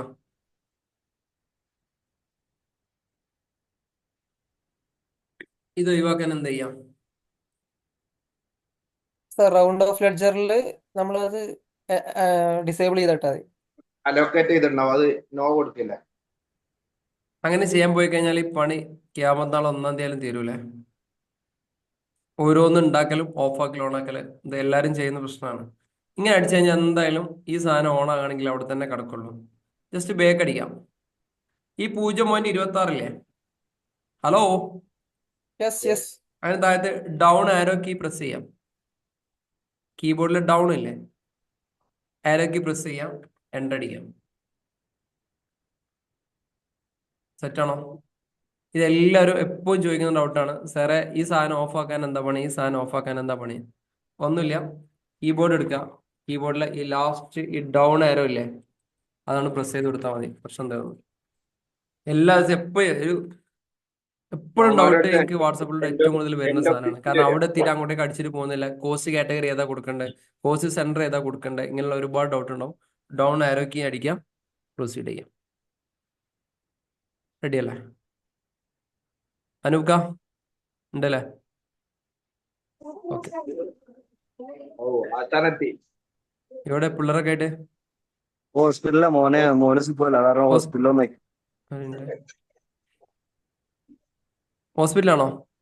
ആ ഓക്കെ. അവന്റെ ക്ലാസ് അറ്റൻഡ് ചെയ്യാൻ പറ്റുക അതുകൊണ്ടാ. ആ ഓക്കെ ഫൈൻ, കുഴപ്പമില്ല. അപ്പൊ നമ്മള് കോസ്റ്റ് സെന്റർ, കോസ്റ്റ് ക്ലാസ്, അതേപോലെ തന്നെ അൺരജിസ്റ്റേർഡ് ആയിട്ടുള്ള ഡീലർക്ക് നമ്മളൊരു സാധനം സെയിൽ ചെയ്യുമ്പോൾ എങ്ങനെയാണെന്നുള്ളത് നമ്മൾ കണ്ടു. ഇനി അല്ലെങ്കിൽ നേരത്തെ പറഞ്ഞ പോലെ കോസ്റ്റ് സെന്ററിന്റെ റൗണ്ട് ഓഫിന്റെ നോ അടിച്ചു കഴിഞ്ഞാലും സംഭവങ്ങളൊക്കെ പോകും. പക്ഷെ നമ്മൾ അങ്ങനെ മാറ്റാൻ നിൽക്കണ്ട. കോസ്റ്റ് സെന്റർ, കോസ്റ്റ് കാറ്റഗറി എപ്പോഴും അവിടെ തന്നെ നിന്നോട്ടെ. എപ്പോഴാണോ നമുക്ക് ഈ സാധനം ആവശ്യം വരുന്നത് അപ്പൊക്കെ അതിനകത്തേക്ക് അലോക്കേറ്റ് ചെയ്ത് വിടണം. അതുകൊണ്ട് അത് ഓഫ് ചെയ്യേണ്ട ആവശ്യമില്ല. നമുക്ക് ആവശ്യമില്ലെങ്കിൽ നേരെ ഡൗൺ കീ അടിച്ചിട്ട് നമുക്കത് മെയിൻ ചെയ്യാതെ വിട്ടാൽ മതി. അല്ല ഏത് ഓരോന്ന് സംഗതി ഓരോന്ന് ക്ലിയർ ആയില്ല. ഏത് സംഗതി അങ്ങനെ തന്നെ ഡൗൺ ആരോ അടിച്ചു കണ്ട് എന്റെ ഇത് പോകാൻ ഡൗൺ ആരോ അടിച്ച് പറ്റുമോ? മുമ്പോട്ടേക്ക് പോകാൻ പറ്റും ആവശ്യമില്ലെങ്കിൽ. ഓക്കെ. അപ്പോൾ സാധാരണ ഇതിൽ കുറെ ഓണാക്കി ഓഫാക്കി ഓണാക്കി ചില സമയത്ത് റൗണ്ട് ഓഫിലും നമ്മൾ കോസ്റ്റ് അലോക്കേഷൻ ചെയ്യേണ്ടി വരും. ഇവിടെ ആവശ്യം ഉണ്ടാവില്ല, വേറെ സ്ഥലത്ത് ആവശ്യം ഉണ്ടാവും, അപ്പോൾ വീണ്ടും അത് ഓണാക്കേണ്ടി വരും. റൗണ്ട് ഓഫിന്റെ കേസ് മാത്രമല്ല, ഏത് സംഭവത്തിലും ഈ കോസ്റ്റ് സെന്റർ കോസ്റ്റ് ക്ലാസ് നമ്മൾ വൺസ് അത് ഓൺ ആക്കി കഴിഞ്ഞാൽ അതിന് അർത്ഥം എന്താ അറിയോ? നമ്മുടെ കോസ്റ്റുകളൊക്കെയും അലോക്കേറ്റ് ചെയ്യാനും ഡിസ്ട്രിബ്യൂട്ട് ചെയ്യാനും ഉണ്ട് എന്നുള്ള. പിന്നെ അത് ഓണാക്കി ഓഫാക്കി നിൽക്കേണ്ട ആവശ്യമില്ല. നമുക്ക് ആവശ്യമില്ലെങ്കിൽ താഴത്തെ ഡൗൺ ആരോ അടിച്ചിട്ട് എന്ത് ചെയ്യാം, പതുക്കെ നമുക്ക് മുമ്പോട്ടേക്ക് പോവാം. നോർമലി എല്ലാവരും അങ്ങനെ ആയിരിക്കില്ല ചെയ്യുന്നുണ്ടാവും. ഓഫാക്കി ഓണാക്കി ഒരുപാട് പണിയുള്ള പരിപാടിയാണ്. അതുകൊണ്ട് അങ്ങനെ ചെയ്യേണ്ട ആവശ്യമില്ല. ഇനി നമ്മൾ ഒരു കൺസ്യൂമർക്ക് ഈ സാധനം സെയിൽ ചെയ്യാൻ വേണ്ടി പോകണം. ഡീലർ അല്ല, നേരത്തെ URDക്കാണ് പോയത്, അൺരജിസ്റ്റേർഡ് ഡീലർ. URD എന്നാണ് അതിന്റെ ടേം. അൺരജിസ്റ്റേർഡ് ഡീലറെ വിളിക്കുക URD എന്നാണ്, അൺരജിസ്റ്റേർഡ് ഡീലർ. ആ URD എന്ന് തന്നെ മനസ്സിലാക്കണം. കാരണം വേ ബില്ലൊക്കെ ജനറേറ്റ് ചെയ്യുന്ന സമയത്ത് ചില സമയത്ത് നമുക്ക് കസ്റ്റമർക്ക് GST ഉണ്ടാവില്ല. അപ്പൊ നമുക്കൊരു അടുത്തൊരു സ്റ്റേജിലേക്ക് നമ്മൾ പ്രോസസ്സ് ചെയ്യണമെങ്കിൽ URD എന്ന് അടിച്ചു കൊടുക്കണം, അൺരജിസ്റ്റേർഡ് ഡീലർ എന്ന് അടിച്ചു കൊടുക്കണം. അല്ലേ? വേ ബില്ല് എടുക്കുന്ന ആളുകളില്ലേ? ഇല്ല മനുഷ്യന്മാർ ആരും ഇല്ല ഇതിനകത്ത് വേ ബില്ല് ജനറേറ്റ് ചെയ്ത് ഇറങ്ങില്ല. നമ്പർ അടിക്കാതെ പോയില്ലല്ലോ, അൺരജിസ്റ്റേർഡ് പേഴ്സൺ. അപ്പൊ ആ രീതിയിൽ തന്നെ എന്ത് ചെയ്യണം, നോ അടിച്ചു കഴിഞ്ഞാലും നോ GST എന്ന് അടിച്ചു കഴിഞ്ഞാലൊന്നും മുമ്പോട്ട് പോകില്ല വണ്ടി. അപ്പൊ ആ രീതിയിൽ തന്നെ എന്ത് ചെയ്യണം, അടിച്ചു പോകണം. ഇനി നമ്മളൊരു സാധനം സെയിൽ ചെയ്യാൻ വേണ്ടി പോവാണ്. ഉദാഹരണം ഓയിൽ കേക്ക്. ഓയിൽ കേക്ക് നമ്മൾ ഒരു 200 എണ്ണം സെയിൽ ചെയ്യാൻ വേണ്ടി പോവാണ്. അതൊരു കൺസ്യൂമർക്കാണ്, നോർമൽ കൺസ്യൂമർക്കാണ്. അപ്പൊ അതെങ്ങനെയാണ് ചെയ്യാന്നുള്ളത്. നോർമൽ കസ്റ്റമർ ആണ് സമയത്ത് ഇവിടെ പാർട്ടി നെയിം ഉണ്ടാവില്ല. നമ്മൾ നേരെ കൗണ്ടറിൽ നിന്ന് നമ്മൾ ക്യാഷ് ആയിരിക്കും കൊടുക്കുന്നുണ്ടാവും. അല്ലെ? അയാൾ ക്യാഷ് ആയിരുന്നു, നമ്മളെ പരിപാടി എടുത്ത് നമ്മൾ വാങ്ങിപ്പോകുന്നു. ഇങ്ങനെയല്ലേ ഉണ്ടാവുക? നോർമൽ സൂപ്പർ മാർക്കറ്റിലൊക്കെ ക്യാഷ് അല്ലേ? ഓരോ പേരും ലെഡ്ജറും ക്രിയേറ്റ് ചെയ്ത് വെക്കലൊന്നും ഇല്ലല്ലോ. ക്യാഷ് കൊടുക്കല.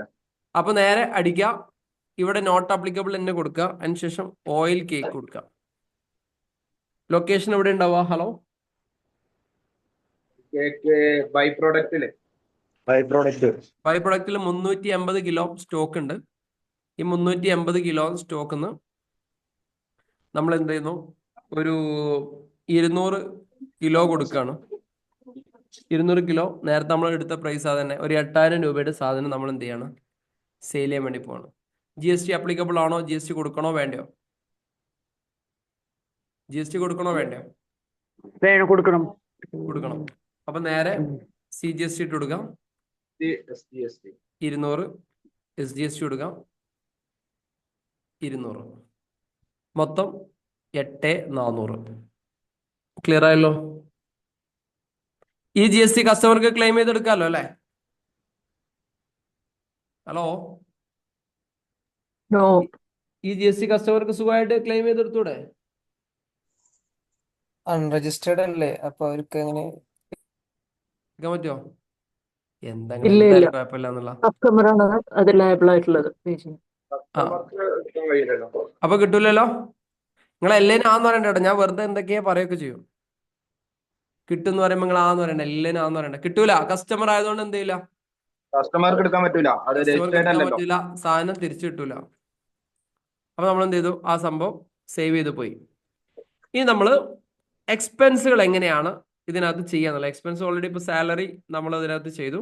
കോസ്റ്റ് അലോക്കേഷനോ കോസ്റ്റ് സെന്ററോ ഇല്ലാത്ത രീതിയിൽ നമുക്ക് എന്ത് ചെയ്യാം, മുമ്പോട്ടേക്ക് പോവാം. അപ്പൊ നമ്മുടെ ഓഫീസിലുള്ള ഒരു കമ്പ്യൂട്ടർ കേടായെന്ന് വിചാരിക്കും. കേടായി കഴിഞ്ഞാൽ അത് നന്നാക്കാൻ വേണ്ടി നമുക്ക് ഒരു 1200 രൂപ അതിന്റെ SMBS ഒക്കെ അടിച്ചു പോയെന്ന് വിചാരിക്കും. വെറുതെ കമ്പ്യൂട്ടറിന് SMBS അടിച്ചു പോയി. നമുക്കൊരു 1200 രൂപ ചെലവ് ഉണ്ടായെന്ന് വിചാരിക്കും. നമ്മൾ എങ്ങനെയാ അത് എൻ്റർ ചെയ്യാം? ഓഫീസിലെ കമ്പ്യൂട്ടറിന്റെ SMBS കേടുവന്നു. SMBS എന്ന് പറഞ്ഞാൽ അതിന്റെ പവർ സപ്ലൈ കൊടുക്കുന്ന സാധനം കേടുവന്നു. അതിന് നമ്മളൊരു 1200 രൂപ നമ്മൾ അത് നന്നാക്കുന്ന ആൾക്ക് കൊടുത്തു. നമ്മളത് എങ്ങനെയാ റെക്കോർഡ് ചെയ്യാം? റിപ്പയർ ചാർജ് ആയിട്ട് കാണിക്കാം. റിപ്പയർ ചാർജ് ആയിട്ട് കാണിക്കാം. എങ്ങനെ കൊടുക്കാം? പേയ്മെന്റ് കൊടുക്കുക. പേയ്മെന്റ് പോവാ. എക്സ്പെൻസ് പോയിട്ട് എന്താ കൊടുക്കുക? എന്ത് ലെഡ്ജറിലേക്കാ കൊടുക്കുക? മൈക്ക് അൺമ്യൂട്ട് ചെയ്ത് സംസാരിക്കാം. കുറെ ആൾക്ക് എല്ലാവർക്കും മൈക്ക് അൺമ്യൂട്ട് ചെയ്യണ പെർമിഷൻ പറഞ്ഞോളെ, തെറ്റിക്കോട്ടെ. എന്ത് ചെയ്യാം? ഒരു കമ്പ്യൂട്ടർ കമ്പ്യൂട്ടറിന്റെ റിപ്പയറിംഗ് ചാർജ് കൊടുക്കുമ്പോൾ എന്ത് ചെയ്യാം? കമ്പ്യൂട്ടർ റിപ്പയറിംഗ് ചാർജ് എന്ന് പറഞ്ഞു കൊടുക്കാം. കമ്പ്യൂട്ടർ റിപ്പയറിംഗ് ചാർജ് എന്ന് പറഞ്ഞ് കൊടുക്കാം. പിന്നെ അതിന് ഹെഡിന് ഒരു പേരുണ്ട്, സാധാരണ രീതിയിൽ അക്കൗണ്ട്സിൽ ഉപയോഗിക്കുന്നത്. കമ്പ്യൂട്ടർ റിപ്പയറിംഗ് ചാർജ് ആണ്, തെറ്റില്ല കേട്ടോ. അതെ, മെയിൻ്റനൻസ് ചാർജ് അല്ലേ? മിസ്ലേനിയസ് എക്സ്പെൻസ് ആണോ? ഓക്കെ. ഓഫീസ് മെയിൻ ഇപ്പൊ ഒരാൾ ഓഫീസ് പറഞ്ഞു ആൻഡ് റിപ്പയർ ആൻഡ് മെയിൻ്റനൻസ്, ഇതാണ് ആ അക്കൗണ്ട്സ് വിളിക്കാൻ. കമ്പ്യൂട്ടർ റിപ്പയർ ചാർജ് ആണ്, തെറ്റൊന്നുമില്ല കേട്ടോ. സാധാരണ രീതിയിൽ നോർമൽ ബിസിനസ്സിനകത്ത് കൊടുക്കുന്ന ഒരു ടേം നിങ്ങളെ പരിചയപ്പെടുത്തിയെന്ന് മാത്രമേ ഉള്ളൂ. Repair and maintenance charge. അപ്പം ഞാനിവിടെ റിപ്പയർ ആൻഡ് മെയിൻ്റനൻസ് ചാർജ് എന്നുള്ള ഒരു ലെഡ്ജർ നമ്മളിവിടെ സെലക്ട് ചെയ്ത് നോക്കുമ്പോൾ ഇല്ല. അപ്പം നമ്മൾ ഇവിടെ നിന്ന് ക്രിയേറ്റ് ചെയ്യണം. നമ്മൾ സ്ഥാപനത്തിൽ എന്ത് കംപ്ലൈൻറ്റ് വന്നു കഴിഞ്ഞാലും, ഏത് സാധനം കംപ്ലൈൻ്റ് ആയി കഴിഞ്ഞാലും നമ്മൾ ഈ ഒരു ലെഡ്ജറിലാണ് എൻ്റർ ചെയ്ത് പോകേണ്ടത്. Maintenance. Okay, indirect indirect expense save ചെയ്യുന്നു. ഞാനൊരു 1500 രൂപ കൊടുത്തു കഴിഞ്ഞാൽ ബൈ ക്യാഷ് അടിക്കാം. ഇവിടെ കണ്ടോ ഈ ഒരു സാധനം കണ്ടില്ലേ? ഇവിടൊക്കെ ഈ സാധനം നമുക്ക് ഉപകാരപ്പെടും. നേരത്തെ പറഞ്ഞ ആ ഒരു താഴേക്ക് അടിക്കുന്ന ആരോ. അതല്ലെങ്കിൽ ഈ സുനാപ്പി വീണ്ടും വരും, കാറ്റഗറി, കോസ്റ്റ് സെന്റർ കാര്യങ്ങളൊക്കെ വരും. ഇവിടെ നേരെ എൻ്റർ അടിച്ചാൽ ഉറപ്പ് ഇതിനകത്തേക്ക് പോവാം. ജസ്റ്റ് ഒരു ബാക്ക് പ്രസ് ചെയ്യാം, ആരോ കീ അടിക്കാം, ഇങ്ങനെ പോവാം. ക്ലിയർ ആയല്ലോ? റെഡി അല്ലേ? നരേഷൻ കൃത്യമായിട്ട് എഴുതണേ. കമ്പ്യൂട്ടർ ഏതാണ് റിപ്പയർ ചെയ്തെന്ന് അറിയണമെങ്കിൽ നരേഷൻ കൊടുക്കണ്ടേ? ആ SMBS റിപ്പയർ ചാർജ് എന്തിനൊക്കെയാണ് വന്നിട്ടുള്ളതെന്ന് അറിയണമെങ്കിൽ നരേഷൻ കൃത്യമായിട്ട് കൊടുക്കണം. അപ്പോഴാണ് അത് മനസ്സിലാവാം. ഒരുപാട് റിപ്പയർ മെയിൻ്റനൻസ് ഉണ്ടാവും. ഇത് മാത്രമല്ല, ബിൽഡിങ്ങിന്റെ റിപ്പയർ മെയിൻ്റനൻസ് ഉണ്ടാവും, ഇലക്ട്രിക്കലിന്റെ റിപ്പയർ മെയിൻ്റനൻസ് ഉണ്ടാവും, AC-ന്റെ റിപ്പയർ മെയിൻ്റനൻസ് ഉണ്ടാവും. ഇങ്ങനെ ഒരുപാട് സാധനങ്ങൾ ഉണ്ടാവും. ഇതിന്റെ ഒക്കെ റിപ്പയർ ആൻഡ് മെയിൻ്റനൻസ് എന്ന് പറഞ്ഞുള്ള രീതിയിൽ എന്ത് ചെയ്യണം? നമ്മൾ സാധനം ചെയ്യണം. എന്നിട്ട് എന്ത് ചെയ്യാം? സേവ് കൊടുക്കാം. അപ്പൊ റിപ്പയർ മെയിൻ്റനൻസ് കോമൺ ആയിട്ട് നമ്മൾ ഉപയോഗിക്കുന്ന ഒരു ലെഡ്ജറാണ്. അത് പരിചയപ്പെടുത്താൻ കൂടിയിട്ടാണ് ഞാൻ ഈ സാധനം പറഞ്ഞത്. ഇനി നമ്മൾ കറണ്ട് ബില്ല് കൊടുത്തു എന്നായിരിക്കും. ഇലക്ട്രിസിറ്റി ബില്ല് നമ്മൾ കൊടുത്തു. ഒരു 3000 രൂപ ഇലക്ട്രിസിറ്റി ബില്ല് കൊടുത്തു. അത് കൊടുത്തിരിക്കുന്നത് പെറ്റി ക്യാഷിൽ നിന്നാണ് കൊടുത്തത്. പെറ്റി ക്യാഷ് എന്താ നമ്മൾ പറഞ്ഞിരുന്നത്? പെറ്റി ക്യാഷ് എന്തായിരുന്നു? കയ്യിലുള്ള ക്യാഷ്. കയ്യിലുള്ള ക്യാഷ് എന്നല്ല, സ്പെൻഡ് ചെയ്യാൻ വേണ്ടിയിട്ട് നമ്മുടെ എന്നല്ലേ നേരത്തെ നമ്മളന്ന് ഗൾഫിൽ പോയില്ല അനൂപ്ക? സ്പെൻഡ് ചെയ്യാൻ വേണ്ടി മാറ്റി വെച്ച വേറൊരു അനൂപ്ക ഗൾഫിൽ പോയിരുന്നല്ലോ. അപ്പൊ നമ്മള് അപ്പൊ ആരോ ഒരാളെ കയ്യിൽ പൈസ കൊടുത്തിരുന്നു. സക്കീന മേഡത്തിന്റെ സക്കീന മേഡത്തിന്റെ കയ്യിൽ പൈസ കൊടുത്തിരുന്നു. മേഡത്തിന്റെ കയ്യില് അതോടുകൂടി സക്കീന മുങ്ങി തോന്നുന്നുണ്ട് ആ ക്യാഷ് ആയിട്ട്. ആ ക്യാഷ് ആയിട്ട് മുങ്ങി പിന്നെ കണ്ടിട്ടില്ല. ഇവിടെ ഉണ്ടോ? ഹലോ? ഉണ്ട് സർ, ഉണ്ട്. ഉണ്ട്. ആള് ഇല്ലാച്ചിട്ടാണ് നമ്മള് പറഞ്ഞത്. നീ പോട്ടെ, ഒച്ച കേൾക്കാൻ വേണ്ടിട്ടാണ് പറഞ്ഞല്ലേ? അല്ല, ആളില്ല വിചാരിച്ചിട്ടാണ് നമ്മള് കുറ്റം പറഞ്ഞത്. ആൾ ഉണ്ടായിരുന്നില്ല. ഇത്തന്നെയാണ് കേട്ടാ, ശ്രദ്ധിച്ചോളി. അപ്പോളേ ഇലക്ട്രിസിറ്റി എക്സ്പെൻസ് ക്യാഷറെ കയ്യിൽ നിന്നാണ് കൊടുത്തത്. അപ്പൊ നമ്മൾ ഇവിടെ മുകളിൽ ക്യാഷ് എന്നില്ലേ, അല്ല, ക്യാഷ് മാറ്റിയിട്ട് ഇവിടുത്തെ പെറ്റി പെറ്റി ക്യാഷ്. ക്യാഷ് കൊടുക്കണം കേട്ടോ. എന്നാലേ ഈ ഒരു പെറ്റി ക്യാഷ് എന്ത് ചെയ്യുള്ളൂ? ഈ ഒരു എമൗണ്ട് കുറഞ്ഞു കിട്ടുള്ളൂ. ഇലക്ട്രിസിറ്റി ഇല്ല. അപ്പൊ ഇലക്ട്രിസിറ്റി എന്നുള്ളത് എന്ത് ചെയ്യാം? നമ്മൾ കൊടുക്കാം. ഞങ്ങൾക്ക് ഒരു എക്സാമ്പിൾ മാത്രം പറഞ്ഞു പോകണം.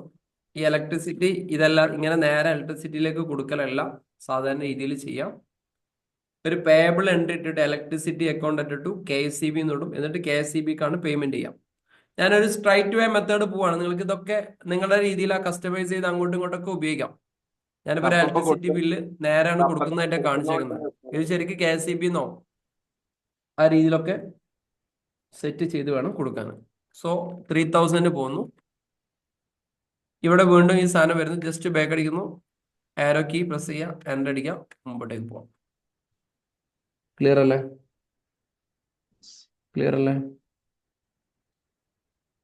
ഇനി വേജ് കൊടുത്താൽ എങ്ങനെയാ ചെയ്യാം? പെറ്റി ക്യാഷ് തന്നെ വേജ് കൊടുത്തു കഴിഞ്ഞാല് പെറ്റി ക്യാഷ് കൊടുക്കുന്നു അല്ലേ? വേജ് ഉണ്ടാക്കുന്നു. വേജ് എന്താ? ഡയറക്റ്റ് എക്സ്പെൻസ് ആണ്, ഇൻഡയറക്റ്റ് എക്സ്പെൻസ് ആണ്. ഇത് ലോഡിംഗ് ആണ്, അൺലോഡിംഗ് ആണ്. എന്തോ Direct. അൺലോഡിംഗ് ആണ്. Indirect. അൺലോഡിംഗ് ആണ്. സാധനം ഇറക്കി അതെ അവിടുന്ന് കൊണ്ടുവന്ന് നമ്മൾ Okay. സ്ഥാപനത്തിലേക്ക് അൺലോഡ് അതെ ചെയ്യും. Direct Direct expense, direct expense. അൺലോഡിങ്ങും ഇൻഡയറക്റ്റ് ആകും. എങ്ങനെ? സെയിൽ ചെയ്യുമ്പോൾ നമ്മൾ അവിടെ ഇറക്കുന്ന സാധനം Yes. അത് ഇൻഡയറക്റ്റ് ആവട്ടോ. ആ ഡയറക്റ്റ് ഇൻഡയറക്റ്റ് എന്നുള്ള രീതിയിൽ മനസ്സിലാക്കാം. അപ്പം ഇവിടെ നമ്മൾ പർച്ചേസ് ചെയ്യുമ്പോൾ അൺലോഡ് ചെയ്യാണ്. സോ ഡയറക്റ്റ് എക്സ്പെൻസ് സേവ് ചെയ്യുന്നു. നമുക്കൊരു 450 രൂപയാണ് പോർട്ടർക്ക് കൊടുത്തെങ്കിൽ 450 രൂപ എന്ന് കൊടുക്കാം. സേവ് ചെയ്യാം, അടിക്കാം, മുമ്പോട്ടേക്ക് പോകും. സെറ്റ്. ക്ലിയർ അല്ലേ? ക്ലിയർ അല്ലേ? ഓക്കെ. ഇനി നമ്മളൊരു 35,000 രൂപ ബാങ്കിൽ നിന്ന് ഓഫീസിലെ ആവശ്യത്തിന് വേണ്ടി വിഡ്രോ ചെയ്തു എന്ന് വിചാരിക്കും. 35,000 റുപ്പീസ് ഓഫീസിലെ ആവശ്യത്തിന് വേണ്ടി ബാങ്കിൽ നിന്ന് വിഡ്രോ ചെയ്തു. എന്താ ചെയ്യാം? കോൺട്ര എടുക്കാം. വൗച്ചറിൽ കോൺട്ര എടുക്കാം. നേരെ വലതു ഭാഗത്തുള്ള കോൺട്ര പോവാം. കോൺട്ര എവിടേക്കാണ് യൂസ് ചെയ്യുന്നത്? Bank to bank, cash to cash, bank to cash, cash to bank. Bank transfer. അങ്ങോട്ടും ഇങ്ങോട്ടേക്കുള്ള ബ്രാഞ്ചസുകൾ തമ്മിലുള്ള ട്രാൻസ്ഫർ ഒക്കെ ഉപയോഗിക്കുന്ന സാധനമാണ് ഈ സംഭവം. ഓക്കെ, നേരെ ജസ്റ്റ് എൻ്റർ അടിക്കുന്നു. ഇത് സിംഗിൾ എൻട്രിയിൽ മനസ്സിലാവുന്നില്ലെങ്കിൽ എപ്പോഴും മാറ്റിയിട്ട് ഡബിൾ എൻട്രിയിലേക്ക് പോകട്ടോ. നിങ്ങൾക്ക് എങ്ങനെയാണോ അത് മനസ്സിലാവുന്ന രീതിയിൽ ചെയ്തോളൂ. അപ്പൊ ആദ്യം നമ്മള് 2 കൊടുക്കാം. ഈ 2ഉം ബൈയും കൺഫ്യൂഷൻ ഉണ്ടാവും.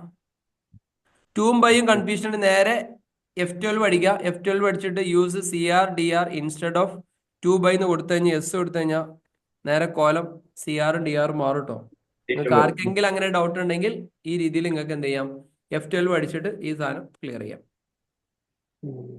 ഹലോ, ഇതൊക്കെ ചെറിയ ചെറിയ ഡൗട്ടുകളായിട്ട് ഇങ്ങനെ മെസ്സേജ് പേഴ്സണൽ മെസ്സേജ് വരാറുണ്ട്. അതുകൊണ്ട് ഇങ്ങനെ പറഞ്ഞു തരുന്നത്. ഇനിയിപ്പോൾ നിങ്ങൾക്ക് CRഉം DR ഡൗട്ട് ആണെങ്കിൽ നേരെ F12 അടിക്കാം. F12 അടിക്കുക. F12 അടിക്കുമ്പോൾ അതിന്റെ മുകളിൽ ഇതാ use credited debited instead of 2 by എന്നുള്ളത് നോ കൊടുക്കാം. അപ്പൊ 2 ബൈ എന്ന് വരും. മിക്കവാറും ആളുകൾക്ക് ഏറ്റവും ഈസി CRഉം DR ആയിരിക്കും. അങ്ങനെയാണെങ്കിൽ CRഉം DR എന്ത് ചെയ്യാം? ഈ രീതിയിൽ കൊടുക്കാം. CR എന്ന് പറയുമ്പോൾ ക്രെഡിറ്റ് ഓൾറെഡി നമ്മളെ SBI അക്കൗണ്ടില് ഒരു ബാലൻസ് ഉണ്ട് 35,000. ഈ സാധനം എന്താണ്? ഈ സാധനം എന്താണ്? ക്യാഷിലേക്ക് കൊണ്ടുവരാണ്. 35,000 നേരെ സേവ് ചെയ്യാം. അപ്പൊ ക്യാഷിലെ ബാലൻസ് കൂടി SBIയിലെ ബാലൻസ് കുറഞ്ഞു. ഇതാണ് ഈ ഒരു സംഭവം ചെയ്യുന്നത്. ക്ലിയർ അല്ലേ? റെഡി. ഇവിടെ എന്തുകൊണ്ടാ ഡ്രോയിങ്സ് വരാതിരുന്നത്?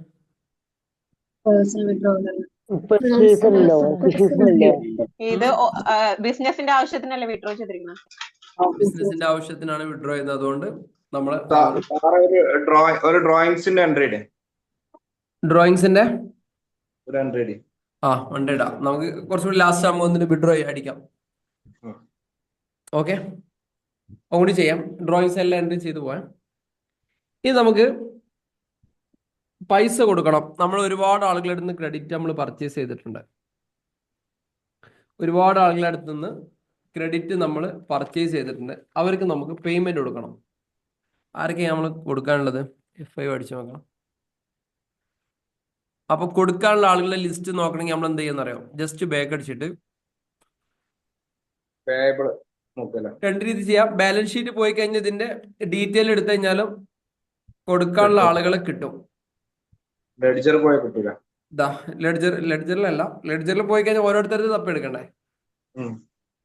ഗ്രൂപ്പ് ലിസ്റ്റ് പോയി കഴിഞ്ഞാൽ കിട്ടും. അപ്പൊ ഇത്ര ആളുകളെ പൈസ നമ്മൾ കൊടുക്കാണ്ട്.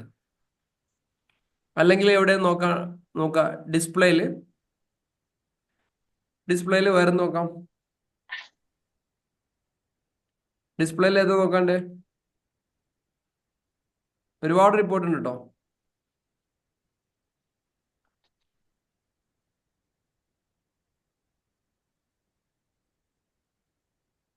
ഇവിടെ പർച്ചേസ് ചെയ്ത ആളുകളുടെ ഡീറ്റെയിൽ ഇവിടെ കാണാം.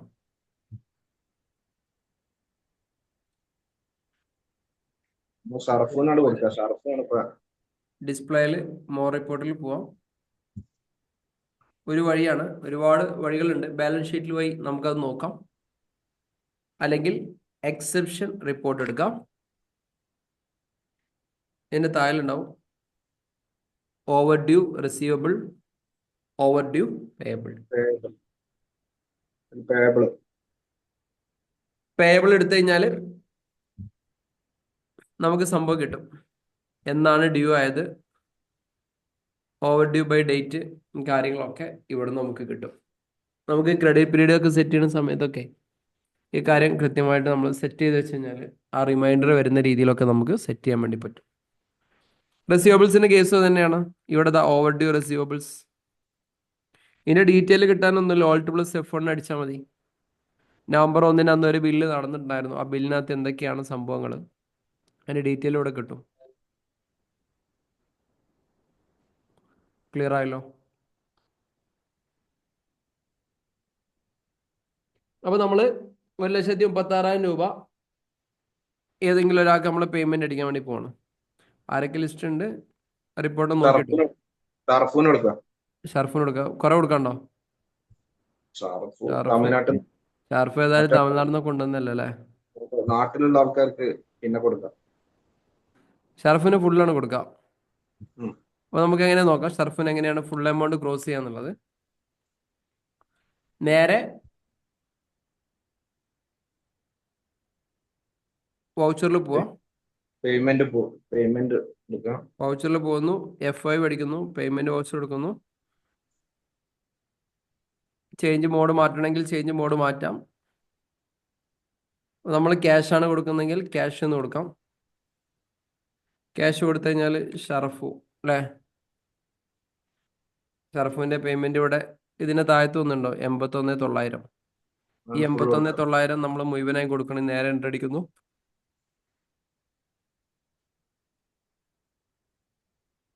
ഈ അഡ്വാൻസ് എന്ന് കൊടുത്തു കഴിഞ്ഞാൽ മുപ്പരുടെ ബില്ല് അവിടെ വരും കേട്ടോ. ആ ബില്ല് അവിടെ അടിച്ചെടുത്തു കഴിഞ്ഞാൽ നേരെ സേവ് ചെയ്ത് പോവാം. ഇനി നമ്മൾ ബാങ്കിലേക്ക് വേറെ ആൾക്ക് പേയ്മെന്റ് കൊടുക്കുന്നു. വേറെ ആൾക്ക് കൊടുക്കാനില്ലേനു? വേറെ നമ്മളെ പിന്നെ വേറെ ഉണ്ട്, നമ്മളെ ആസാദ് ഭായിക്ക് ഉണ്ട്. ആസാദ് ഭായ് ദുബായി പോയതാണ്. പൈസന്റെ ആവശ്യമുണ്ടോ? പൈസന്റെ ആവശ്യമുണ്ടോ? അത് ദുബായ് പോയതല്ലേ? ആസാദ് ട്രേഡേഴ്സ് 4,92,000. തൽക്കാലം നമുക്ക് 1,00,000 റുപ്യ കൊടുക്കാം. പക്ഷെ നമുക്കിത് ബാങ്കിലേക്ക് കൊടുത്തു നോക്കാം. ക്യാഷ് മാറ്റിയിട്ട് നമുക്ക് ബാങ്കിലേക്ക് കൊടുത്തു നോക്കാം. ബാങ്ക് പൈസ ഉണ്ടോ? ബാങ്കിൽ പൈസ ഇല്ലേ? ബാങ്ക് ക്യാഷ് ഇല്ലെങ്കിൽ നമുക്ക് ഓടി എടുക്കാം. എഗൈൻസ്റ്റ് റെഫറൻസ് കൊടുത്താ പോരാ? അഗെയിൻസ്റ്റ് റെഫറൻസ് കൊടുക്കാം. അപ്പം പുള്ളിയുടെ 2 ബില്ല് ഇവിടെ വരും. ഏതിലേക്കാണ് ഏത് ബില്ലിലേക്കാണോ നമ്മൾ പേയ്മെന്റ് എടുക്കാൻ വേണ്ടി പോകുന്ന ബിൽ നമ്പർ അടിച്ച് അതിൽ കൊടുത്തു കഴിഞ്ഞാൽ ഇതിനകത്ത് കൊടുക്കാം. ക്ലിയർ ആയില്ലേ? അപ്പൊ അതിനകത്തേക്ക് 1,00,000 രൂപ വരും. ക്ലിയർ ആയോ? ഇനി ഓരോ ബില്ലിലും ഓരോ എമൗണ്ട് ആണ് കൊടുക്കണമെന്നായിരിക്കും. അങ്ങനെ ചെയ്യാം. അഗെയിൻസ്റ്റ് റഫ് ഫസ്റ്റത്തെ ബില്ലിലേക്ക് ഒരു 50,000 രൂപ, രണ്ടാമത്തെ ബില്ലിലേക്ക് ഒരു 50,000 രൂപ, ഇങ്ങനെയും കൊടുക്കാം. നമ്മളാണ് തീരുമാനിക്കേണ്ടത് അല്ലേ? അപ്പൊ ചിലപ്പോൾ നമ്മളെ കടന്റെ മുതലാളി തന്നെ പറയും, ഒരു കാര്യം ചെയ്യും, ആദ്യത്തെ ബില്ലിലേക്ക് ഒരു 50,000 വെക്കി, രണ്ടാമത്തെ അങ്ങ് ക്ലോസ് ചെയ്താളി. ഇങ്ങനെയൊക്കെ പറയില്ലേ? ഓരോ സിനാരി ഓരോ ബിസിനസ് ഓരോ രീതിയിലാണ് പറയാം. എങ്ങനെയെങ്കിലും പൈസ കിട്ടിപ്പോരണ്ടേ, ആരാനകത്ത് കുടുങ്ങിയ പൈസ കിട്ടിപ്പോരണ്ടേ. പിന്നെ പല രീതിയിൽ ആളുകൾ ശ്രമം നടത്തും. അപ്പം ഇല്ലേ, അതിനിപ്പോ നമ്മളെ നാട്ടുകാരൊക്കെ പറയുന്നത് ചായ കുടിക്കുമ്പോ സുയിലെ ചായ അടിക്കുമ്പോ എന്താ അറിയില്ലേ, ചായ കുടിച്ചു കഴിഞ്ഞിട്ട് കഴിഞ്ഞ ബില്ലൊക്കെ അവിടെ കേട്ടെ, ഈ ബില്ല് കാണുന്നിടത്ത് എഴുതിയെന്ന് അറിയില്ലേ? ഞാൻ ഈ ബില്ല് പിന്നെ എടുക്കാറ്. കഴിഞ്ഞ ബില്ല് അവിടെ കാണുന്നിടത്ത് എഴുതി വെക്കി, ഈ ബില്ല് ഇപ്പുറത്തെ സൈഡിൽ എഴുതി വെച്ചോളെ അറിയില്ലേ? മൊത്തത്തിൽ രണ്ടും മൊത്തത്തിൽ രണ്ടും കിട്ടൂല, എന്നാലും ഉണ്ടാവുമല്ലോ. അത് പഴയത് ചോദിക്കുന്നുണ്ട്. പഴയ ബില്ല് അവിടെ കേട്ടെ, പുതിയ ബില്ല് കാണുന്നിടത്ത് എഴുതി വെക്കി, ഞാൻ വൈകുന്നേരം ഇങ്ങോട്ടേക്ക് വരാറ്. ഒരു ഡൗട്ട് സർ, ആ ആ അഗെയിൻസ്റ്റ് റെഫറൻസ് കൊടുക്കുമ്പോൾ ഫസ്റ്റ് ബില്ല് കുറച്ച് കൂടുതൽ എമൗണ്ട് കൊടുക്കുന്നുണ്ടോ ഫസ്റ്റ് ബില്ലിനെക്കാട്ടിൽ എന്ന് വെച്ചാൽ സെക്കൻഡ് ബില്ലിലേക്ക് ഓട്ടോമാറ്റിക് ചെല്ലുമോ? എന്ത് ചെയ്യാ ബാലൻസ്? ആ എമൗണ്ട് കൊടുക്കാൻ കഴിയുള്ളൂ, ഫസ്റ്റത്തെ ബില്ലിന്റെ എമൗണ്ട്. ബാക്കി എമൗണ്ട് അടുത്തേലേക്ക് അല്ല, പോകും. ഓട്ടോമാറ്റിക് ആയിട്ട് പോകണ്ടോ? ആ, ഓ, ചെയ്ത് കാണിക്കാം. ഓക്കെ. ഇവിടെ ആസാദ്.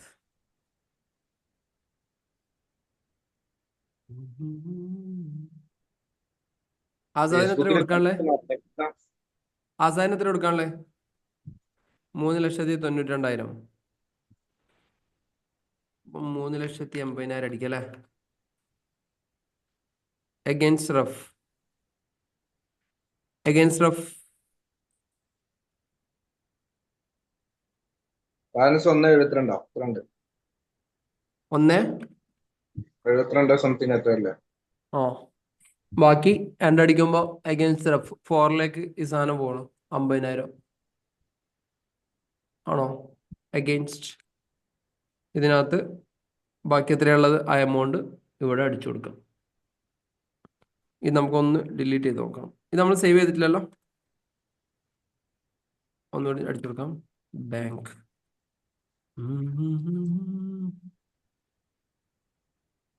ആസാദ് ട്രേഡേഴ്സ്. മൊത്തം 4.92 ഉണ്ടല്ലേ. ഒരു 4.50 കൊടുക്കാന്നിരിക്കും. അഗൈൻസ്റ്റ് റഫ് ഈ ഒരു എമൗണ്ട് ഫുള്ളായി.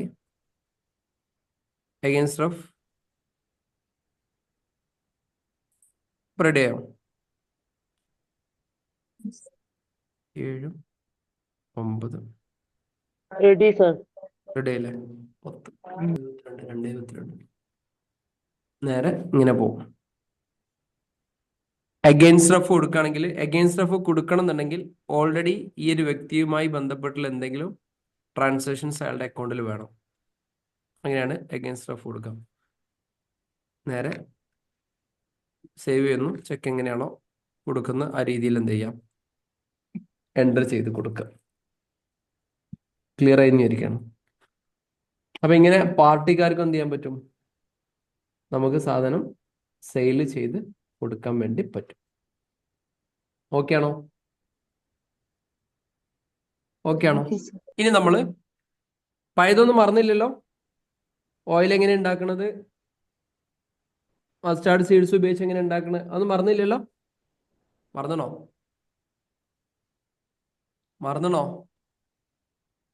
മറന്നിട്ടുണ്ടെങ്കിൽ നമുക്ക് ഒന്നുകൂടി ചെയ്ത് നോക്കാം. നമ്മുടെ കയ്യിലുള്ള 10 കിൻഡൽ മസ്റ്റാർഡ് സീഡ് ഉപയോഗിച്ച് നമ്മൾ കുറച്ച് ലൂസ് ഓയിൽ ഉണ്ടാക്കാൻ വേണ്ടി പോവാണ്. എങ്ങനെ ഉണ്ടാക്കിനെ? പഴയതൊന്ന് റിമൈൻഡ് ചെയ്ത് പോവാണേ. എങ്ങനെ ഉണ്ടാക്കിനെ? ഹലോ, മറന്നോ? പ്രോസസ് ജേണലിൽ പോവാ. Manufacturing stock journal. എങ്ങനെ ചെയ്ത് പറയാം, ഒന്നുകൂടി പറയാം. എന്താ ചെയ്യേണ്ടത്? ഞാൻ വൗച്ചറിൽ പോരാ. വൗച്ചറിൽ പോയി വൗച്ചറിൽ പോവാ. ആൾട്ട് F7 അടിച്ച ആൾട്ട് F7 അടിച്ചു കഴിഞ്ഞാൽ പ്രോസസിങ് വൗച്ചർ. പ്രോസസിങ് വൗച്ചർ പോകുന്നു. കൺസംഷനിൽ എന്ത് കൊടുക്കുന്നു? Mustard seed. Mustard seeds 26 കിൻഡിലുണ്ട്. 10 Kindle എടുക്കുന്നു. അതിനകത്ത് 10 കിൻഡിൽ എടുക്കുന്നു, നമ്മൾ യൂസ് ചെയ്യുന്നു. അത് വെച്ചിട്ട് നമ്മൾ ലൂസ് ഓയിൽ ഉണ്ടാക്കുന്നു. ലൂസ് ഓയിൽ എങ്ങോട്ടേക്കാ പോവാ? ഓയിൽ ടാങ്കിലേക്ക് ടാങ്കില് അല്ലേ? നമുക്കൊരു 355 ലിറ്റർ കിട്ടണമെന്ന് വിചാരിക്കും. 150 അതിന്റെ പ്രൈസ്. പിന്നെ നമുക്ക് ഇതോട് കൂടെ കുറച്ച് പിണ്ണാക്ക് കിട്ടൂല്ലേ? Oil cake. ഓയിൽ കേക്ക് എവിടെ പോവാ? ബൈ പ്രോഡക്റ്റിന് ഗോഡൌണിലേക്കാണ് പോവാ. ഇവിടെ നമുക്കൊരു 650 കിലോ കിട്ടിയെന്ന് വിചാരിച്ചോ. ഓക്കെ, പ്രൈസ് നമുക്ക് 35 ഡിഫോൾട്ട് ആയിട്ട് ഇതിനകത്ത് വരുന്നതാണ്. ഞങ്ങൾ 36 ആക്കിയാൽ പോലീസ് പിടിക്കുന്നില്ല. നമുക്ക് എങ്ങനെയാണോ അതിന്റെ പ്രൈസ് വരുന്നത് ആ രീതിയിൽ എന്ത് ചെയ്യാം, സേവ് ചെയ്യാം, മുമ്പോട്ടേക്ക് പോവാം. അപ്പൊ 10 കിൻഡിൽ നമ്മൾ യൂസ് ചെയ്ത് നമ്മൾ എന്ത് ചെയ്തു, ഇങ്ങോട്ടേക്ക് ക്രോസ് ചെയ്തു. നേരത്തെ ഒന്ന് റിമൈൻഡ് ചെയ്യാൻ വേണ്ടിയിട്ട് പറഞ്ഞത് മാത്രം. ഇനി ഇതേപോലെ ഈ ലൂസ് ഓയിലിനെ നമ്മൾ ഫിനിഷ്ഡിലേക്ക് മാറ്റുകയാണ്. 1 ലിറ്ററിൻ്റെ 50 എണ്ണം, 5 ലിറ്ററിൻ്റെ 20 എണ്ണം, 15 ലിറ്ററിൻ്റെ ഒരു 10 എണ്ണം അതിലേക്ക് മാറ്റാൻ വേണ്ടി പോകണം. അതെങ്ങനെ ചെയ്യാം? Packing voucher. Alt plus F7 പോകുന്നു. ഓൾട്ട് പ്ലസ് F7 എന്ന് പറഞ്ഞാൽ ഇവിടെ കുറേ ഉണ്ട് കേട്ടോ.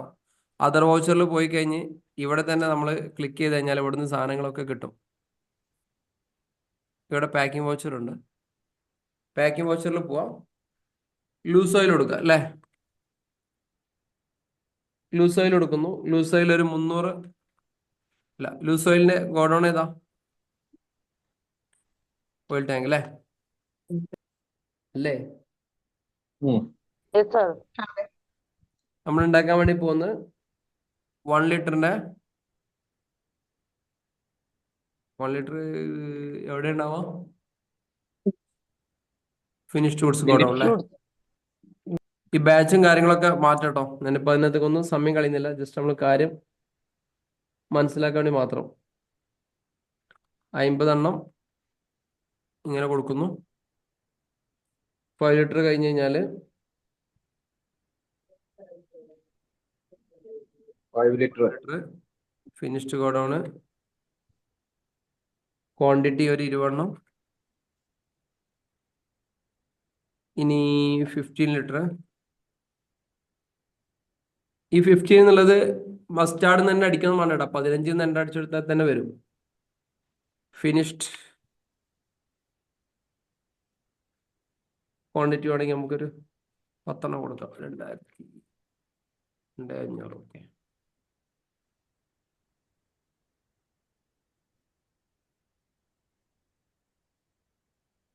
ഇത് ഓൾറെഡി നമ്മൾ പഠിച്ചു കഴിഞ്ഞതാണ്. ജസ്റ്റ് ഒന്ന് കാണിച്ചു എന്ന് മാത്രം. ക്ലിയർ ആയല്ലോ? ക്ലിയർ ആയല്ലോ? ഓക്കെ. ഇനി നമ്മൾ വേറെ സിനാരിയോ പറഞ്ഞു നോക്കാം. നമ്മൾ ഈ സ്ഥാപനം ഇങ്ങനെ റൺ ചെയ്തുകൊണ്ടിരിക്കുകയാണ്.